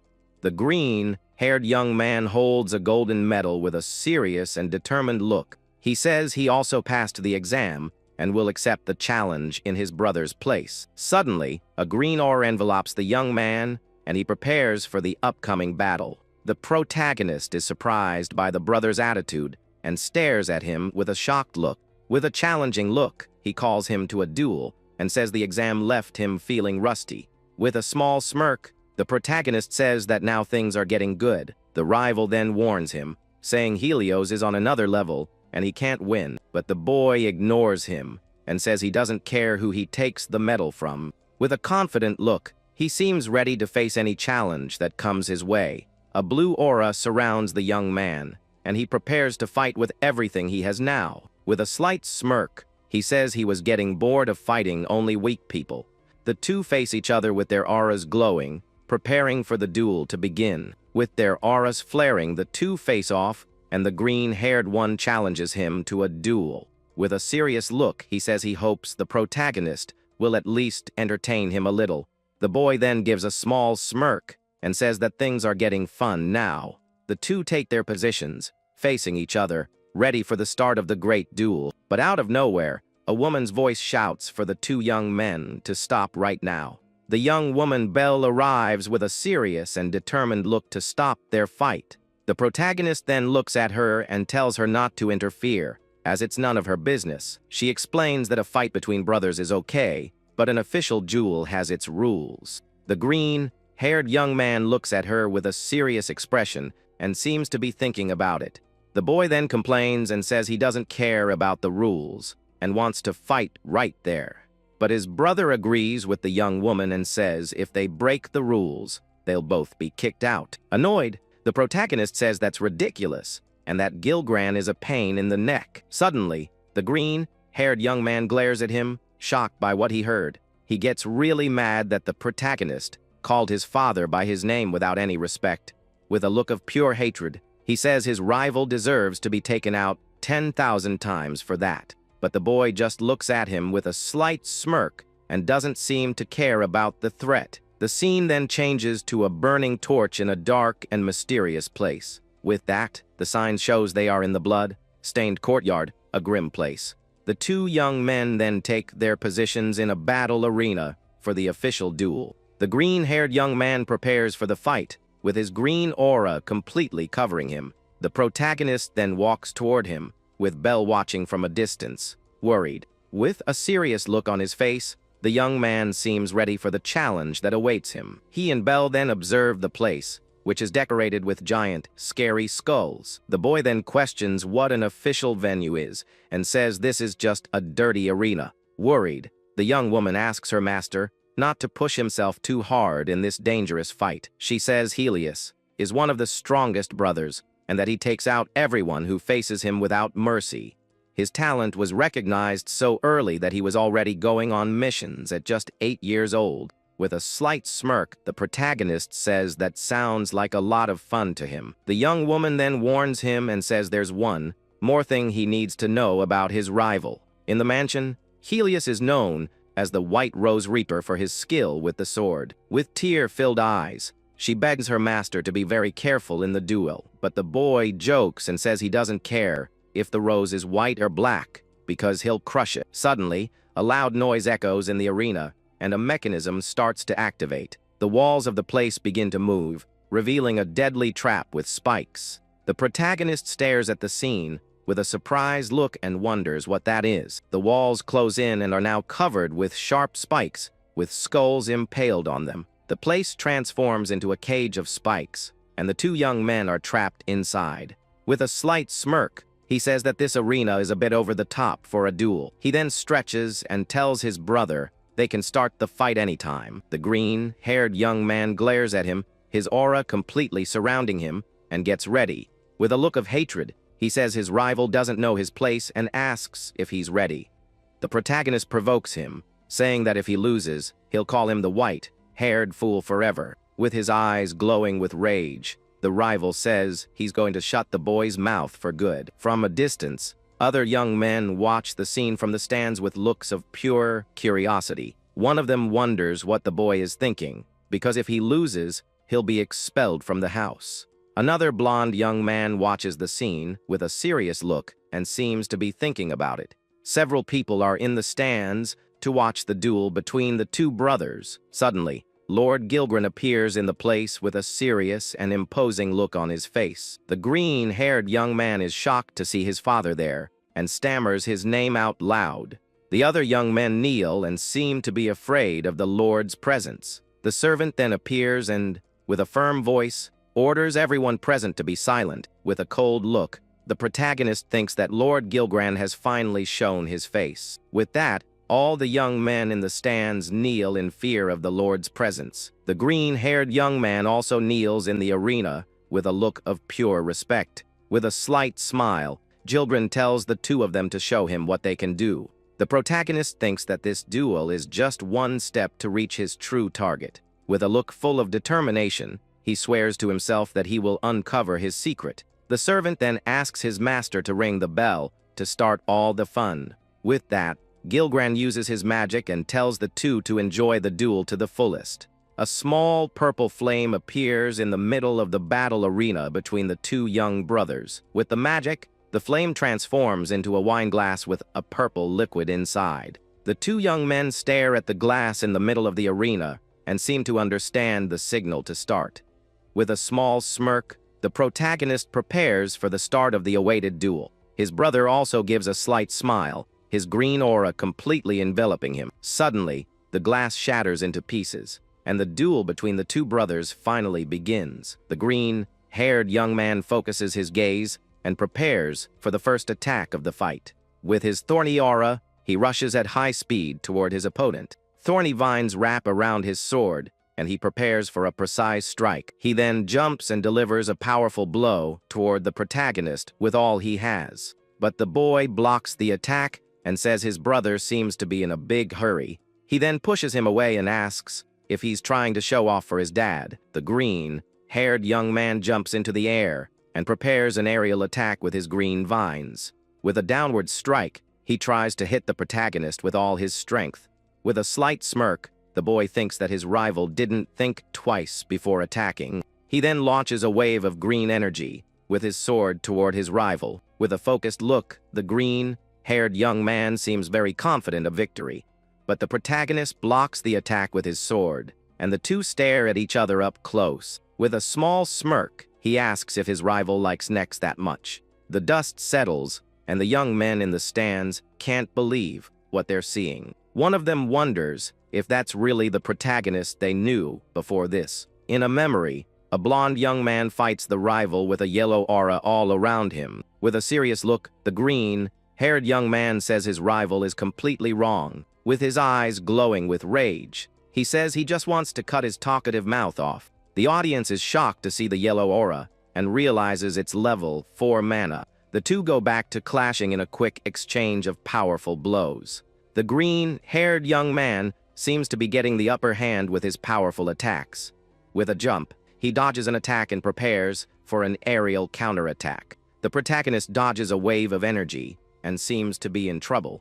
He then uses his hand to block a blast of energy coming his way. With that, the green-haired young man launches several energy blasts from above. The protagonist faces the attack coming toward him and prepares to defend himself. He gets ready to block the waves of energy surrounding him from all sides. With his sword, he manages to defend against the attacks and avoid being hit. After the series of blows, he kneels with his sword on the ground, panting heavily. He then looks at the wall of spikes and seems to be thinking of a plan. In his thoughts, He analyzes his rival and says his mana control is very good. With a slight smirk, he thinks that his rival's tactic isn't bad, but there's a catch. Suddenly, an aura of fire and lightning surrounds the protagonist, surprising everyone. The green-haired young man stares at him with a look of pure shock and can't believe the scene. In the stands, the other young men are speechless at the protagonist's power. With a smile, he asks if that fighting style will work against another level 4.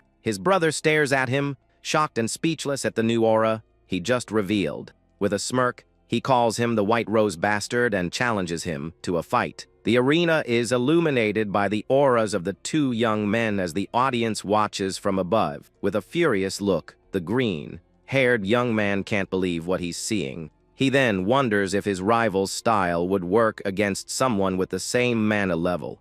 With his sword in hand, he calls him to fight with a look full of confidence. The young men in the stands shout in shock as they realize it's level 4 mana.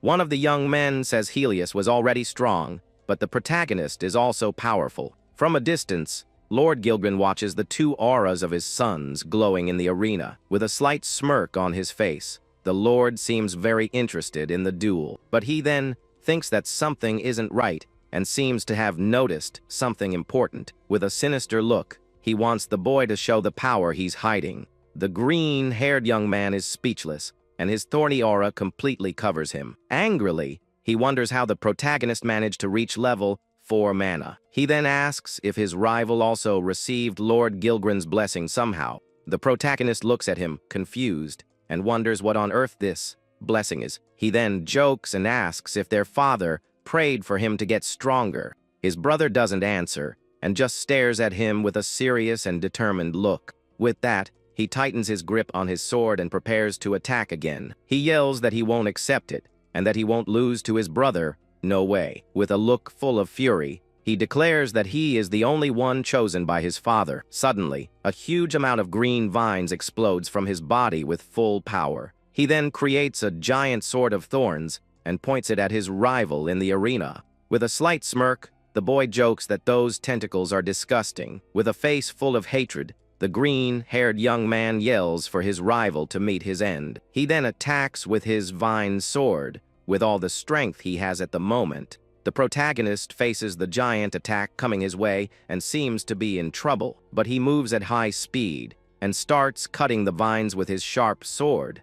From a distance, the young woman Belle shouts her master's name in desperation. With that, the boy runs along the vine sword and shatters it into pieces in the process. He thinks that his rival's attack is precise and that he shapes his mana without waste. In contrast, his own mana leaks, and the consumption is high, which is a huge disadvantage. He can't use his special swordsmanship and knows this is no time for fun. With a jump, he prepares for a powerful counterattack with his yellow aura. He then thinks that despite everything, the technique he's about to use is very risky. He then uses the hunting dog's cage to try and imitate what he saw before.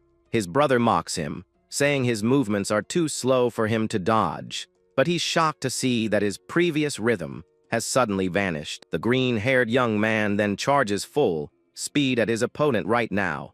Suddenly, the protagonist is surprised by something and his eyes widen in shock. With that, he is thrown back by the force of a powerful and unexpected attack. The blow hits him squarely and sends him flying with a very strong impact. With an annoyed look, the boy seems to not like what just happened at all.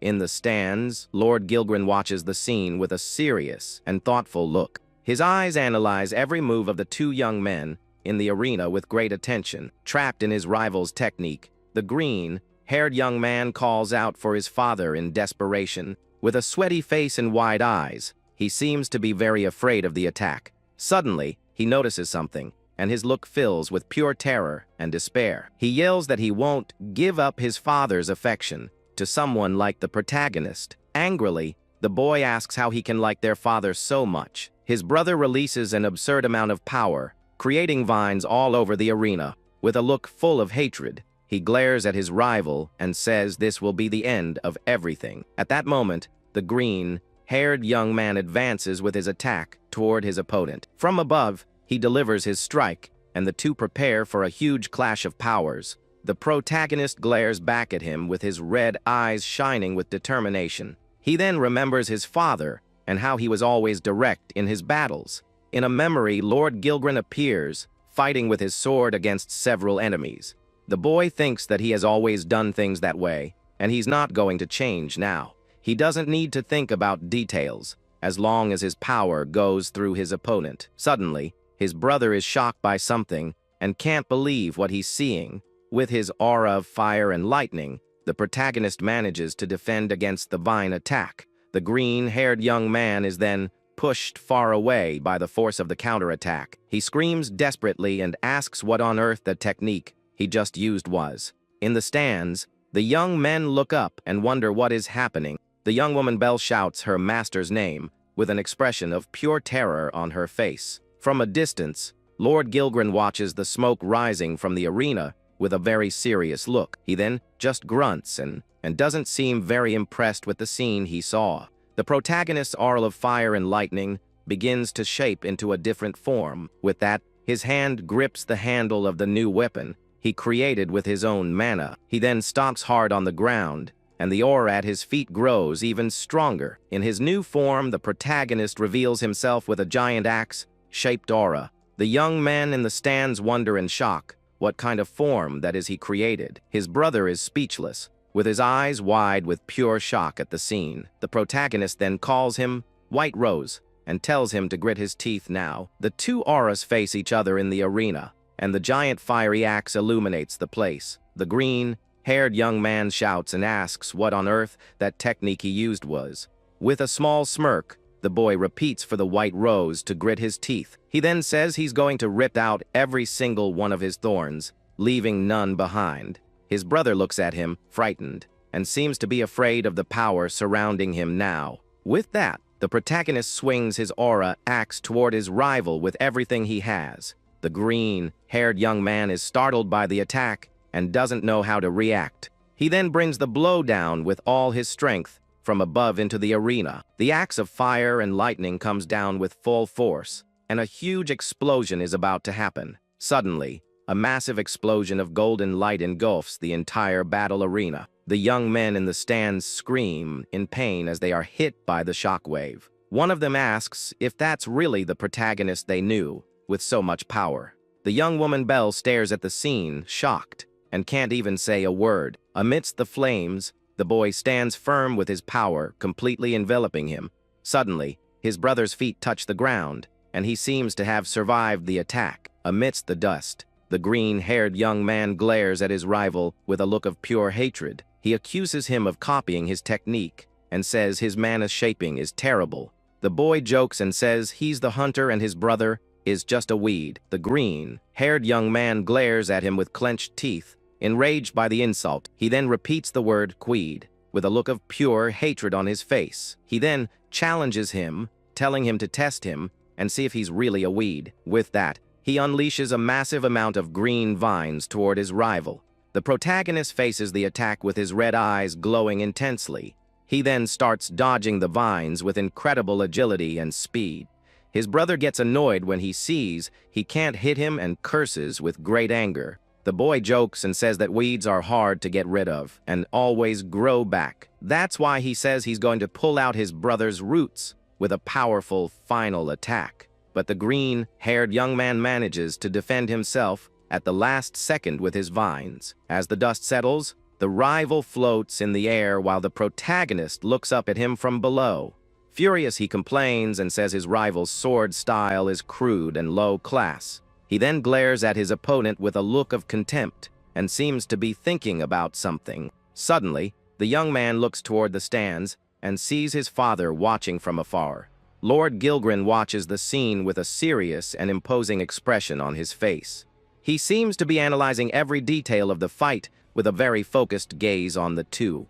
But in his eyes, the reflection of the protagonist shows who he's really paying attention to. His son notices this and, with wide eyes, stammers his father's name in shock. Suddenly, he feels alone in the arena as he sees his father looking only at his rival. With a look of terror, he wonders if his father is really looking at Shake. With tears in his eyes, he thinks he's being cast aside in favor of the protagonist. In his tears, The reflection of his father looking at his rival fills him with pure despair. With a face full of tears, he clenches his teeth and says he won't allow it. He yells that the special place in his father's heart belongs only to him. He says only he deserves to be cherished and needed by his father at that moment. Suddenly, his eyes turn black, and he shouts that that place is his alone. The protagonist is shocked by his brother's sudden change and gets startled. A strange purple goo starts to ooze from the green-haired young man's chest. The boy stares at the scene, scared,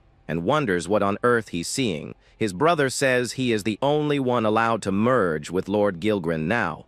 He then transforms into a muscular form with purple markings all over his body. The protagonist gives a small smile and understands that this is the Lord's so-called blessing. With the transformation complete, the green-haired one shouts his father's name in fury. He then screams in pain and clenches his hand tightly during the painful transformation. With his face contorted in pain, he screams as the vines completely envelop him. The vines tighten around his hand and arm, and he seems to be in great suffering. With a look of pure hatred, he glares at his rival and vows to finish him right there. He then charges with all his might in his new form toward the protagonist with hatred. The two face each other up close in a clash of auras and powers that echoes through the arena. With a furious roar, the green-haired young man seems to be completely out of his mind. The protagonist then tells Helios to pull himself together and start over calmly. With that, the green-haired young man is hit squarely and seems to be badly hurt in the chest. The young belle and the others in the stands are shocked by the scene they just witnessed. He then tells his brother to clean himself up and come back for the duel when he's ready. Helios is thrown far away by the force of the blow, and the protagonist stands firm in the arena. The young people in the stands can't believe it and wonder if he really defeated Helios. One of the blonde young men is speechless, staring at the scene with a look of pure shock on his face. From a distance, Lord Gilgren observes the destroyed arena with his defeated son on the ground. The Lord stares at the scene with a serious expression, his red eyes glowing intensely. He then turns to leave, and the servant thanks him for his hard work in the fight. Without a word, the Lord just turns and begins to walk away from the stands. With a sideways glance, he seems to be thoughtful about the outcome of the duel he watched. The protagonist is then left alone in the arena and stares at the spot where his father was before. With a look full of determination, he stares at the top of the stands without blinking. He then vows to himself that one day he will put an end to Gilgren with his own hands. From afar, the Lord gives a slight smile, seemingly having heard his son's thoughts. With that, he finally leaves, putting the battle arena behind him without a backward glance. The scene then changes and a large, fancy door closes with a very loud noise. After the fight, the protagonist walks back to the mansion with firm, slow steps. He approaches his brother, who is still down and injured on the battle arena floor. With that, the boy kneels beside his brother and looks like he's about to do something. He then takes a small proof of passage from his brother's body with a serious look. He says that, as promised, he will take the proof of passage and bids farewell to his brother on the ground. With his face smudged with dirt, the young man calls out his father's name in a weak, sad voice.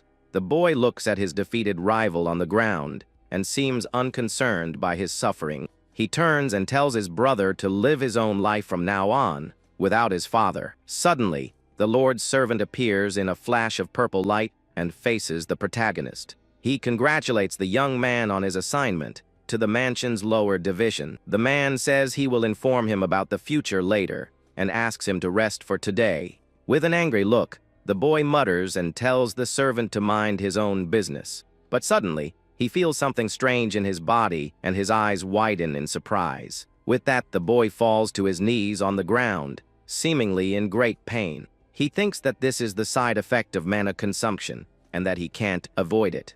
The servant just watches the scene in silence, appearing unsurprised by this. Even in pain, the young man tries to stand up, leaning on his sword to stay on his feet. With clenched teeth, he mutters under his breath, looking very irritated with the situation. But suddenly, young Belle appears and catches him before he can fall to the ground from weakness. Surprised, the boy looks up and calls the young woman's name in a slightly weak voice. With a smile on her face, she thanks him for his hard work and for winning the fight. With a sweaty face, the young man looks at the girl, seeming a bit moved by her presence. With that, he finally closes his eyes and faints from exhaustion in young Belle's arms. The scene then shifts to a tall tower on a dark, rainy night outside. The caption reveals that 3 days have passed since the duel, and we see an empty hallway. The protagonist is in a library, reading a book near the window as it rains. He closes another book, thinking he didn't find anything useful in it either.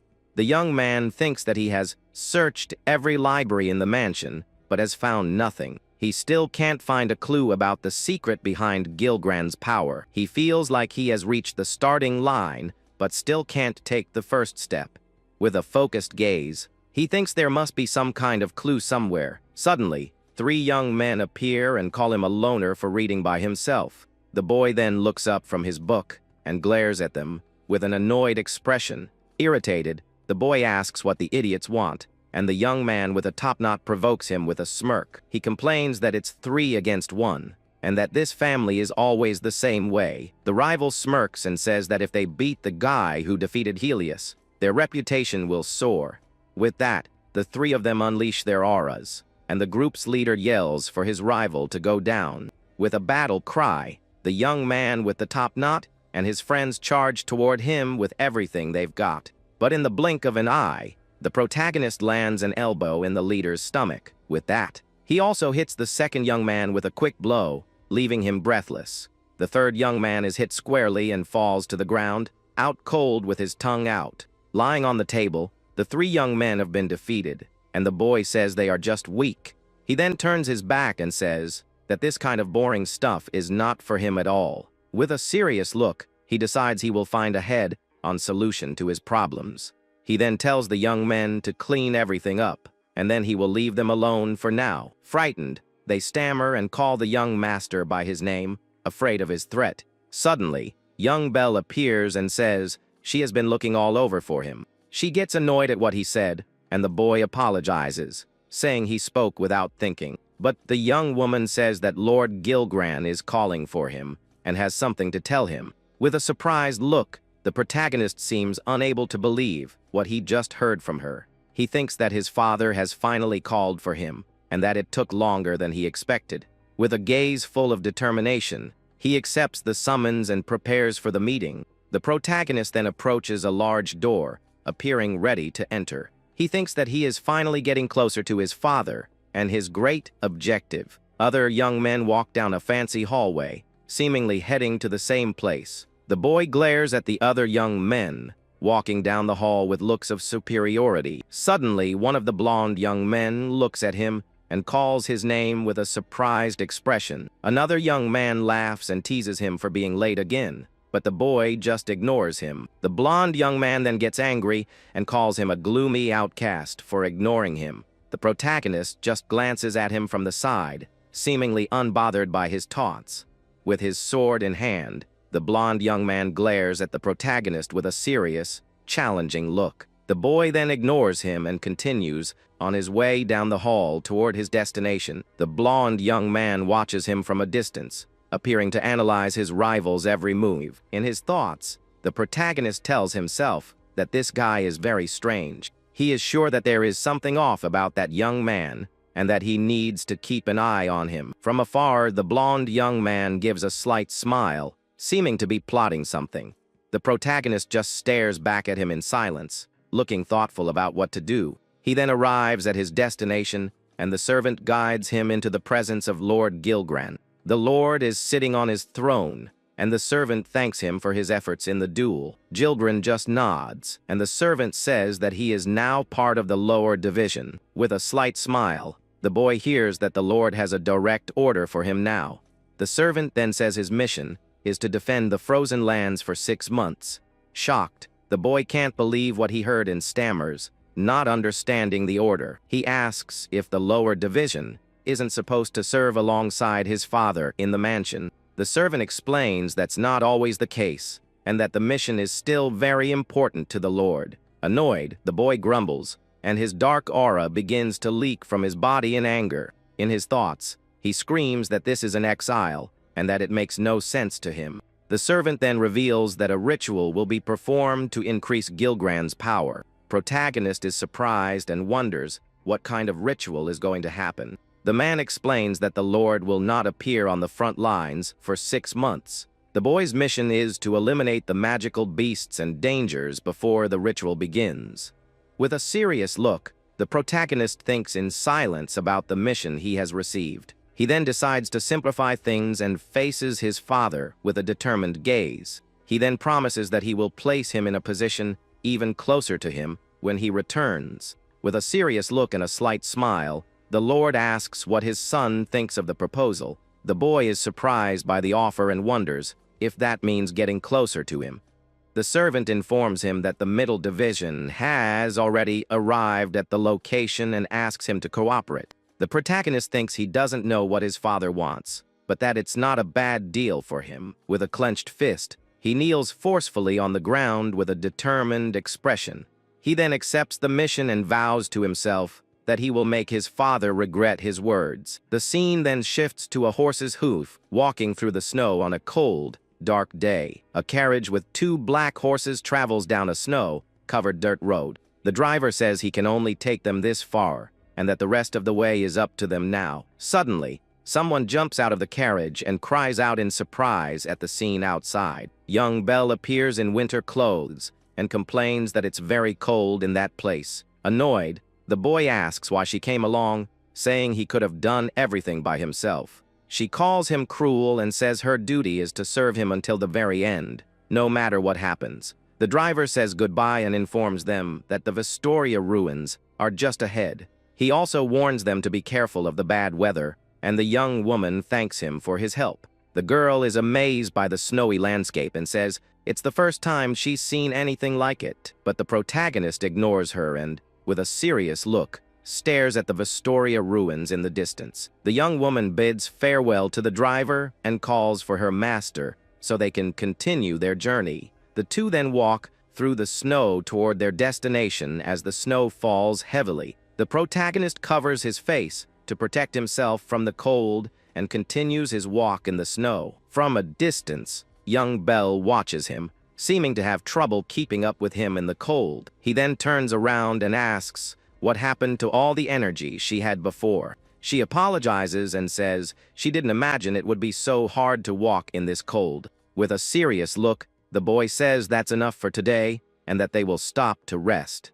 They then light a bonfire in a cave to warm themselves from the cold of the night. The young woman warms herself by the fire and says she feels her life slowly coming back to her. The boy scolds her, saying she is underestimating nature and that one mistake could be critical. She then asks if it's his first time in snowy mountains, and he lies to her. He opens the young woman's backpack and asks if all of that is just her clothes in there. He then tosses a coat to her and says he packed it so she wouldn't catch a cold. The boy tells her to bundle up and get some sleep because they will be leaving early the next day. With a blush on her face, the young woman thanks him in a shy voice and gets ready to sleep. From a distance, the bonfire illuminates the snow, and the two young people rest in the cave for now. The young woman then falls asleep by the fire with the coat her master gave her to keep warm. The protagonist keeps watch while she sleeps, observing her in silence by the fire. With a serious look, he seems to be thinking about the mission and what awaits them in the future. He thinks that the young woman doesn't know the place is full of beasts and that the Gruzik tribe is there. The Gruzik tribe is a war band that lives in the frozen lands of that region. They deal in illicit weapons and take women and children without any mercy. In a flashback, the boy remembers the grotesque masks they used to wear. He understands that the mission is to eliminate beasts and threats like that dangerous tribe. With a look full of determination, he seems ready for the challenge that awaits him. Suddenly, he notices something outside the cave and gets up to check. A bright light approaches the cave, and the boy becomes alert to the situation. The light transforms into an energy arrow and comes toward him at great speed. The protagonist dodges at the last second, and the arrow grazes past his face. The arrow embeds itself in the cave wall, and the boy stares at the attack with a serious look. He notices the arrow is shrouded in mana and understands it's not a beast out there. Suddenly, several light arrows appear at the cave's entrance. completely surrounding him. The arrows rain down on the protagonist, and he prepares to defend himself from the enemy attack. With a leap, he manages to dodge all the arrows and advances toward the archers. Two men run through the snow as an energy arrow sticks into the ground near them. The boy notices they have a disciplined formation, and that they are an experienced group. From a distance, several archers prepare to shoot once more in the protagonist's direction. With a slight smile, the boy prepares for a counterattack, his sword in hand. He then uses his mana to create a shockwave that hits all the enemies at once. The boy then points his sword at the neck of one of the men, pinning him to the ground. The man gives up and asks the boy not to harm him, as he surrenders the fight. With a serious look, the boy notices they aren't wearing masks, and that they aren't from the tribe. He then looks at the man with a suspicious gaze, seeming not to believe his words. The man then smiles and shows an emblem on his chest with a slight smirk on his face. He says they are his comrades from the same unit, and that it was just a prank. Surprised and annoyed, the boy asks what on earth he just said with a furious look. Suddenly, a mysterious voice praises him, saying he seems to have some skill. A woman mounted on a horse appears and apologizes for her men's rude reception. She introduces herself as Perrier and welcomes him to her unit as a disposable pawn. Confused by the situation, the young man repeats the question they asked him with a disdainful look. The woman in armor then asks for his name, calling him a pawn who shouldn't hold his head so high. With a smirk, he replies to the taunt, saying she's being quite the hypocrite right now. Perrier says her younger brother lost to someone like him, and the boy wonders who she could be talking about. At that moment, she reveals she is Helios's older sister and already knew everything about their duel. The boy gives a slight smile and asks if she's there to get payback for her defeated brother. But she says that weakness is a sin and that justice only belongs to the victors in a fight. With a sideways glance, he just grumbles, seemingly unbothered by her words. Back in the cave, young Belle wakes up, confused by the noise, and looks around to understand what's happening. She is startled to see two hooded men in front of her, and they comment that she's awake. The girl panics and screams, asking who they are, and one of the men announces that she's there. The commander says he brought a maid, and the boy replies that she followed him on her own. Shocked, the young woman stares at Perrier and asks what the commander of the middle division is doing there. The scene changes, and everyone is walking in the snow as the girl asks what happened last night. He says it was nothing, and that the commander just came to pick them up for the mission. The young woman then comments that it feels colder, and asks if Perrier feels the same way. With a serious expression, the commander stares at the path ahead, seeming to ignore the young woman's question. The protagonist also becomes alert, staring at the horizon with a suspicious expression. Suddenly, the snowy ground begins to crack, and everyone is surprised by the sudden tremor. The fissure opens rapidly, and the snowy ground breaks beneath everyone's feet. Frightened, the young woman screams that there's a fissure in the ground, and the boy braces for danger. With that, a huge hole opens up, and something gigantic begins to emerge from deep within the earth. A giant serpent with purple eyes rises from the snow and stares at the group with a hungry look. The young man mutters that they're already facing magical beasts, and the girl screams in fear at the sight. With a smirk, the commander says that this is perfect for the current situation. She then says that he defeated her brother, and that now she wants to see how good he really is in a fight. Annoyed, the boy asks why on earth he would have to do anything for her right now. She says she is his superior officer, and that if he refuses, he will be sent back home. The giant serpent charges forward, and the boy mutters that she's getting way ahead of herself. The monster strikes with force, smashing its head into the snowy ground in a powerful blow. With a quick leap, the young man manages to dodge the attack at the last second and retreats. With a determined look, he says that's fine and tells her to watch closely. The giant serpent rises and faces the soldiers, who scatter to avoid its attack. The boy then runs toward a snowbank, preparing for a counter-attack. He leaps toward the giant serpent, which turns to face him with a look of anger. With a smirk, he faces the monster, seeming confident in his victory. From a distance, the commander taunts him, asking if he's just going to dodge every attack. Irritated, the boy yells that she's noisy and tells her to be quiet and watch. He stares into the serpent's open mouth and prepares to strike with his sword in hand.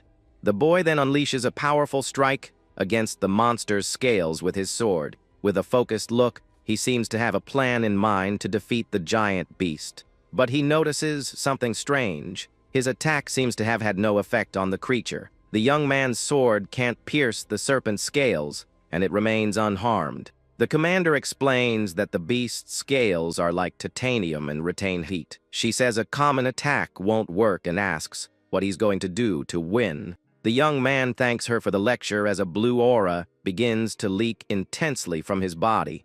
With his red eyes glowing, he says in that case, he'll do this to win. An aura of lightning surrounds his body, and he charges toward the serpent with incredible speed. The woman notices he's focusing his mana into his legs with a high-level technique. With that, she understands his special placement isn't just for show and gives a slight smile. With his body covered in lightning, he lunges forward to attack the giant serpent in mid-air. The giant serpent roars in pain, and red liquid spurts from its mouth from the impact of the blow. The commander says it wasn't bad, and that he purposely aimed for the beast's weak points. But she says that's not enough, and the serpent lunges to attack the young man. With a shout, the boy gets the serpent's attention, taunting it to attack him again. With its head injured, the serpent glares at the protagonist with a look of pure fury. The young man then throws himself in the commander's direction, and the serpent follows him at high speed. Surrounded by lightning, he says, "Excuse me," and the commander seems to understand his plan. The commander calls him a brat and asks if he's testing her abilities. She then tells the young woman to look after her horse and prepares for the beast's attack. The woman charges full speed towards the approaching serpent with its mouth wide open. With her spear in hand, a red aura envelopes her body as she prepares to fight. She then lands a powerful blow on the serpent's head, stunning it with the impact. With a smirk, the boy thanks her for the help, as an electric aura surrounds him. He says he'll deliver the final blow, and a large blade of energy forms in his hand. With a battle cry, he leaps and charges towards the serpent with his weapon. With its head severed, the giant serpent finally collapses onto the snowy ground. Young Belle runs worriedly toward her master, calling his name. She asks if he's okay, and the boy says he is, but that his coat got torn. Suddenly, the commander's spear is pointed at them, and the boy stares at her seriously. She says it wasn't half bad, and that at least he isn't a pawn running toward his own end. With a smirk, the boy says she could just admit things outright. The commander says her unit is waiting, and that she'll use him to the last drop.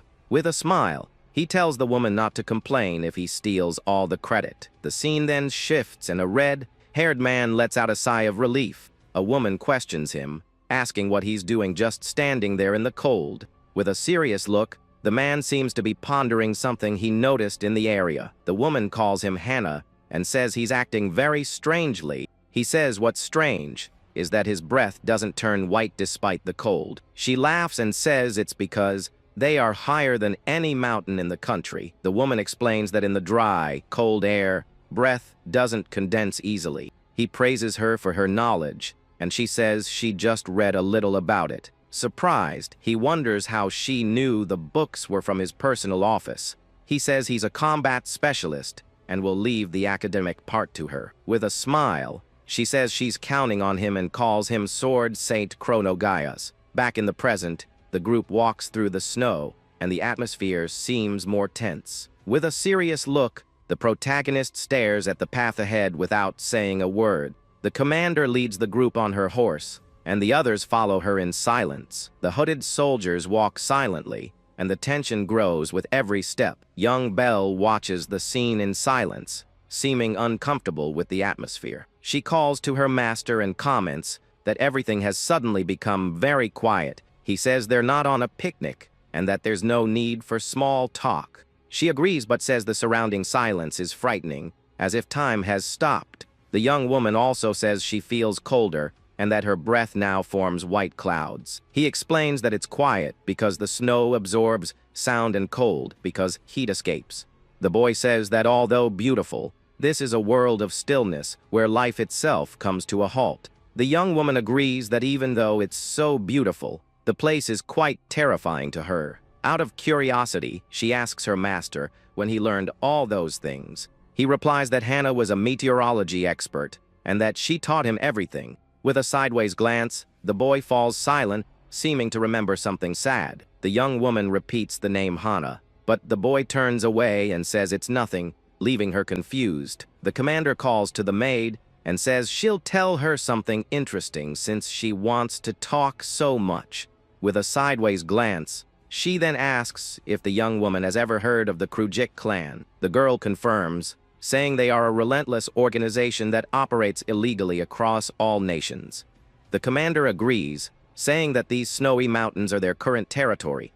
She reveals they are gathering members and are undoubtedly tracking their movements as well. Surprised, the young woman wonders if they're also involved in trafficking innocent people. But the woman tells her not to worry, as their target isn't anyone in the group. With a serious look, the protagonist stares at the commander, seeming suspicious of something. With that, she reveals that their target is a secret treasure, the greatsword of Chronogaias. Shocked by the revelation, the protagonist turns around and wonders what the commander just said. She explains that the sword belonged to the Sword Saint, and that its sister blade is also here. With a sweaty face, the boy stares at the woman, appearing very tense about the information.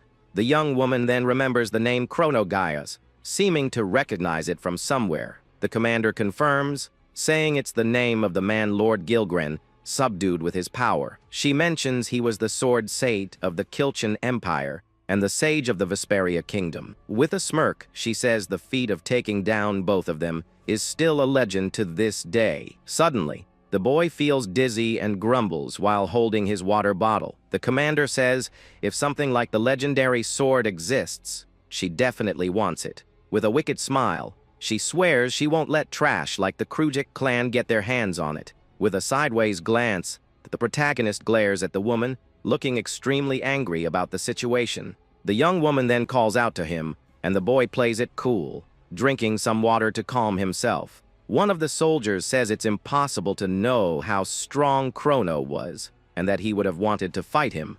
Another soldier jokes that coming from the captain, that sounds a little strange, and the young woman is startled. With a smirk, the man says the greatsword sleeps, where the moonlight shines on the snow. He reveals they've been there for a year, and that's the only clue they've found about the weapon.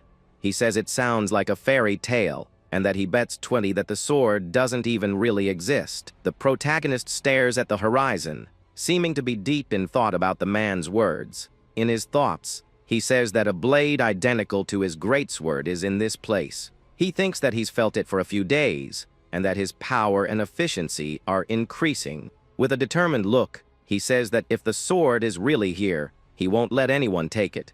The scene then shifts to the hooves of a horse, walking slowly through the falling snow. The commander then stops her horse, seeming to have noticed something strange on the path ahead.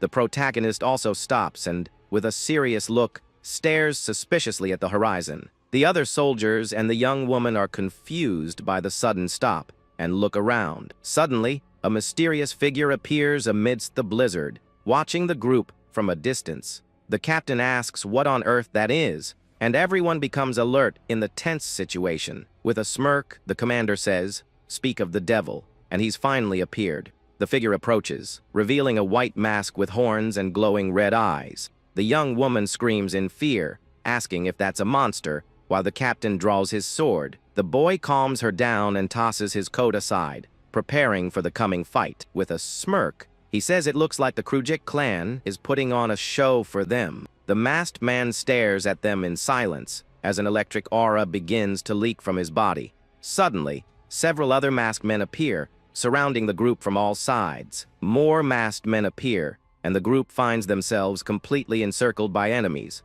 The commander and the protagonist prepare to fight, facing the enemies with serious expressions. In the blink of an eye, dozens of enemies surround the group, and the battle is about to begin. The boy looks at the enemies and says they are surrounded by the rival clan's troops.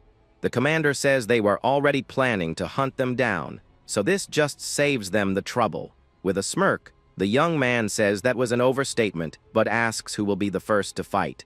One of the clan members approaches and faces the group with an imposing and serious posture. With a smirk, The protagonist offers to be the first to fight him. The masked man and his followers stare at the boy in silence, and the atmosphere grows more tense. In a serious voice, the man tells the brat to state his name right then and there. With a smirk, the young man says they're just a bunch of bandits playing knight. The commander taunts him not to be scared, and the boy replies that he'd never run from a fight. With a furious look, he tells the Krujek clan to listen and prepares to introduce himself. He introduces himself as Sheikh Proud and tells him to choose between being taken down or telling him everything about the sword. With a sideways glance, the masked man simply says he understands and stares at him in silence. Suddenly, the man turns and starts walking away, and the boy is surprised by the scene. Annoyed, the boy shouts that he never said he could leave and tells him to come back now. The commander calls him by his name and tells him to forget those who turn their backs on the battlefield. With a smirk, she tells him to look, saying the others are more than ready to fight. The enemy soldiers draw their weapons and prepare for combat with the boy's group. Two masked men unleash an electric aura and prepare to attack with their swords. With a wicked laugh, one of the men glares at the group, seeming eager for the battle. The commander's troop charges toward the enemies, and the battle finally begins in full force. With a smirk, the boy says it wasn't half bad, appearing to be enjoying the fight. The captain tells the young woman to get back, as the battle will be too dangerous for her. The commander says it seems everyone is ready to fight until the end of this battle. With a shout, she says the weak will sink into the snow and orders her men to give it their all.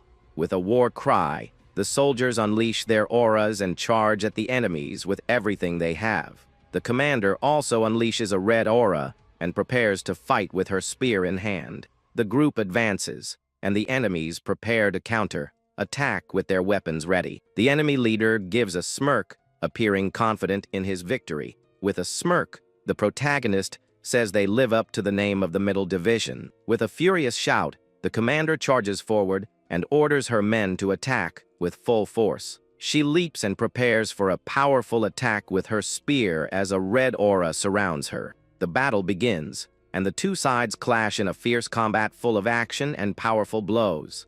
The soldiers fight bravely, and the snow fills with shouts and the sound of clashing swords. The commander and the captain fight together, taking down several enemies with their powerful strikes. The enemy archers ready their arrows and fire at the commander with great speed. With a laugh, the woman prepares to counter, attack as a red aura envelopes her. She launches a powerful attack that destroys the arrows and hits several enemies at once. With a look of fury, she says she won't yield to such a weak attack and calls them barbarians. The enemies are startled by her strength and wonder who this incredibly fast person is. The commander notices the young man's mana control is even more precise than his brother's. The captain laughs and says, "That's to be expected from the lance princess of the battlefield." The other soldiers also get fired up, shouting the captain's name with admiration and respect. With a wicked smile, the commander swells with pride and asks them to praise her more. The protagonist watches the scene with a sweat drop on his head, wondering what her deal is. With a powerful kick, the commander defeats another enemy, throwing him forcefully to the ground. She then glares at the boy, asking why he's just standing there, and tells him to help with the fight. With a smirk, she threatens him, asking if she should give his behind a poke herself. With a smile and a fiery aura, the boy says that's a scary thought, and that he'll pass on the offer, but he kneels on the ground, and an aura of fire and lightning begins to pour from his body. Surprised, the commander realizes he can also shape his mana in a complex way. With a shout, the boy unleashes a wave of golden energy that spreads across the battlefield. The blast of energy hits several enemies at once, sending them flying with great force. With a shout, the protagonist releases more energy, and several enemies are hit at the same time. Surprised, the commander realizes he hit the target dead on, even from a distance. With a smirk, the boy says that was a neat trick, and that he'll be borrowing it. The captain is surprised and says the brat copied the commander's technique right to her face. With a furious look, the commander glares at the boy, surprised that he copied her technique. Suddenly, more enemies appear, and one of the soldiers warns that about 30 of them are coming. The protagonist watches the approaching enemy cavalry and becomes alert to the situation. He then tells Perrier that they need to fall back because they are outnumbered. With a smirk, she asks if the rookie is losing his nerve and says they haven't lost anyone. Irritated, the boy shouts that it's not about that and that their goal is to get the greatsword. He says they have no time to waste and that fighting reinforcements will cause unnecessary losses. The commander stares at him and asks if he's holding back his mana on purpose in this battle. Surprised, the boy turns and stammers, not knowing what to say to the woman right now. She explains that his technique requires extremely fine and precise mana control to work. At this, she says that not even her own men can copy it, and that he's good at handling mana. With a suspicious look, she asks if his mana reserve is too small for his instincts. The boy grumbles and says she can figure that out later, as the enemies are almost upon them. With a sideways glance, the woman agrees and says she'll question him about it later. She then turns and tells him to be quiet and watch, as she'll clean up the rest herself. Surprised, the boy asks what she's doing and looks at her with a concerned expression. With a shout, the commander unleashes a red aura, and a powerful energy completely envelops her. The protagonist realizes she's raising her mana to level 5 and wonders if she's going to use that. With a shocked look, he stares at the woman cloaked in energy and stammers, unsure of what to say. The captain grabs the young woman and says they need to fall back or they'll be caught in her attack. The commander stomps hard on the ground and a shockwave forcefully spreads across the snow. With a smile, she says it's a glorious sight and prepares for the final attack in the fight. She says eliminating these small fries is as simple as crushing everything in the area at once. A large spear of energy forms in her hands, and she says this is how the strong fight. The enemies are frightened by the size of the attack and wonder what that technique is. With her tongue out and a wicked grin, the commander yells for the insects to perish. From a distance, the protagonist mutters that she has no idea what the word subtle means. He then notices something strange on the ground and wonders what on earth he's seeing. With a shout, he warns her that the ground beneath them is made of ice and will give way with the attack. She then uses her lightning lance hammer technique, striking the ground with all her might. A blast of energy hits all the enemies, sending them flying with cries of pain. With a smile, she tells the weak to sleep beneath the snow, and that this is the power of House Proud. Suddenly, the icy ground cracks, and she loses her balance, wondering what that was. Annoyed, the boy shouts that she's an idiot, and that the ice floor couldn't handle the attack. Surprised, the commander looks down at the ground and realizes the mistake she made with her powerful attack. The ice floor shatters, and a massive fissure opens up, swallowing everyone nearby.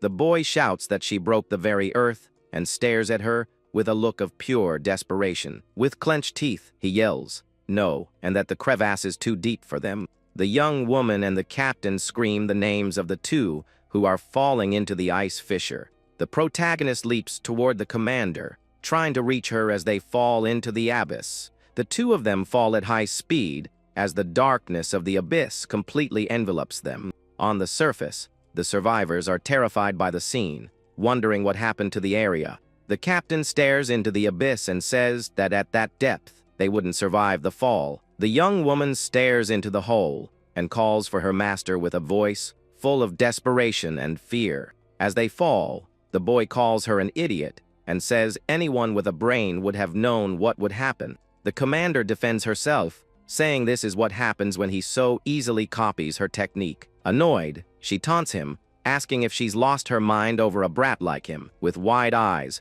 the boy braces for the impact of the fall at the bottom of the abyss. He then tells her to look, saying they've finally reached the bottom of the ice fissure. The young man notices a bright light approaching and wonders what it is that he's seeing. She tells him to prepare for landing unless he wants to be crushed on the ice. With a smirk, he says he'd never make such a big mistake and prepares for impact. The commander and the boy release their auras, preparing to cushion their fall on the ground. With a shout, the two unleash a wave of energy and brace for impact with the ground. The young man releases a blast of golden energy, illuminating the bottom of the abyss with his aura. He uses his sword to balance himself and lands safely on the icy floor of the abyss. The commander also uses her energy to land safely, a red aura enveloping her. A great explosion of light and energy occurs as the two finally touch the ground. The commander says they made it down, and that it was quite a fall for them.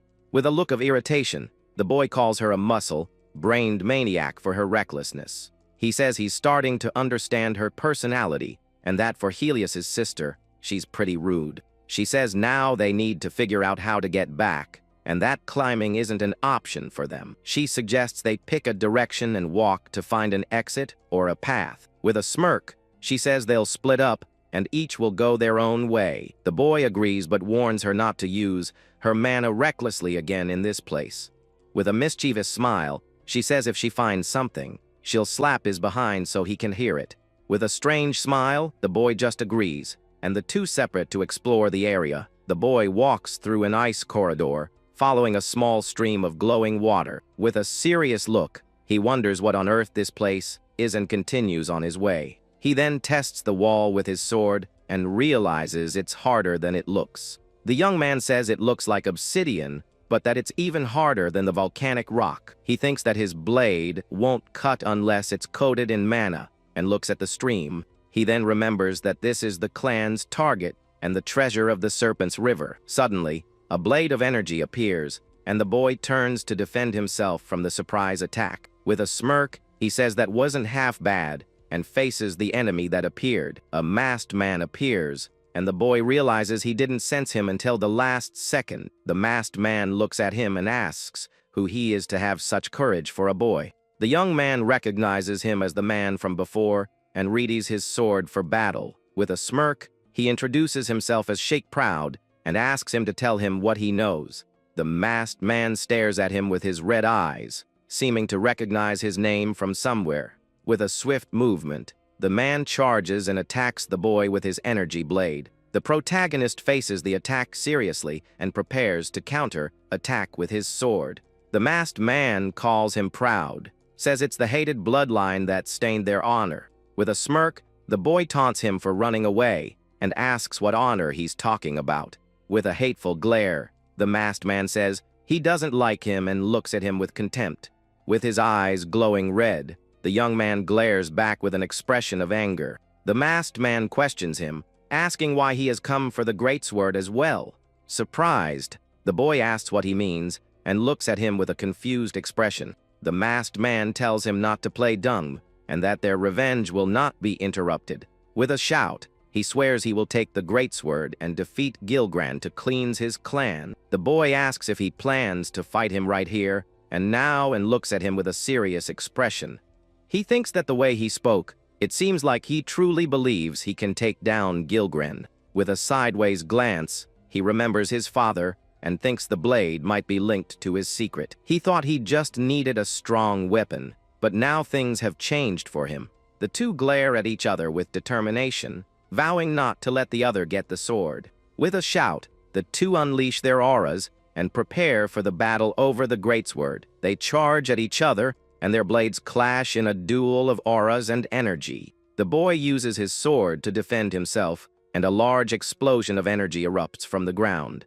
The masked man launches an ice attack, and the protagonist prepares to counter-attack. With a leap, the young man unleashes an energy attack and lunges toward his enemy in the air. Their swords clash, and a great shockwave spreads across the battlefield. The two stare at each other with looks of fury as the battle continues with great intensity and power. Their auras clash, and the energy from the battle illuminates the bottom of the ice abyss. The boy is thrown back by the force of the blow, but manages to balance himself in mid-air with a leap. In his thoughts, he says this guy is much stronger than the other clan members. The masked man watches him in silence, seeming to analyze the young man's every move. He wonders who the boy is and how he has those eyes and that sword in his hands. With a determined look, the boy says he doesn't know who he is, but that he'll find out by force. Suddenly, the ice floor begins to shake, and a large fissure opens up between the two. Surprised, the boy wonders if it's another earthquake, and if Perrier is up to something again. A white, three-headed serpent emerges from the ice floor and glares at the two with fury. The masked man is startled and says it's an ancient magical beast that was hidden here. The protagonist looks at his enemy, thinking he knows more than he's letting on, and prepares to fight. He then gets the masked man's attention. Looking like he's about to make a proposal, he suggests they finish their fight after taking down the beast, as it will destroy everything. The three-headed serpent roars, staring at the two with its intensely glowing blue eyes. The masked man looks at the beast, seeming to consider the protagonist's proposal. With a sigh, he finally agrees to the plan and prepares to fight the beast. But he warns him that as soon as the beast falls, he will be the next to be defeated in battle. With a smirk, the boy just agrees to the threat and faces the beast with a serious expression.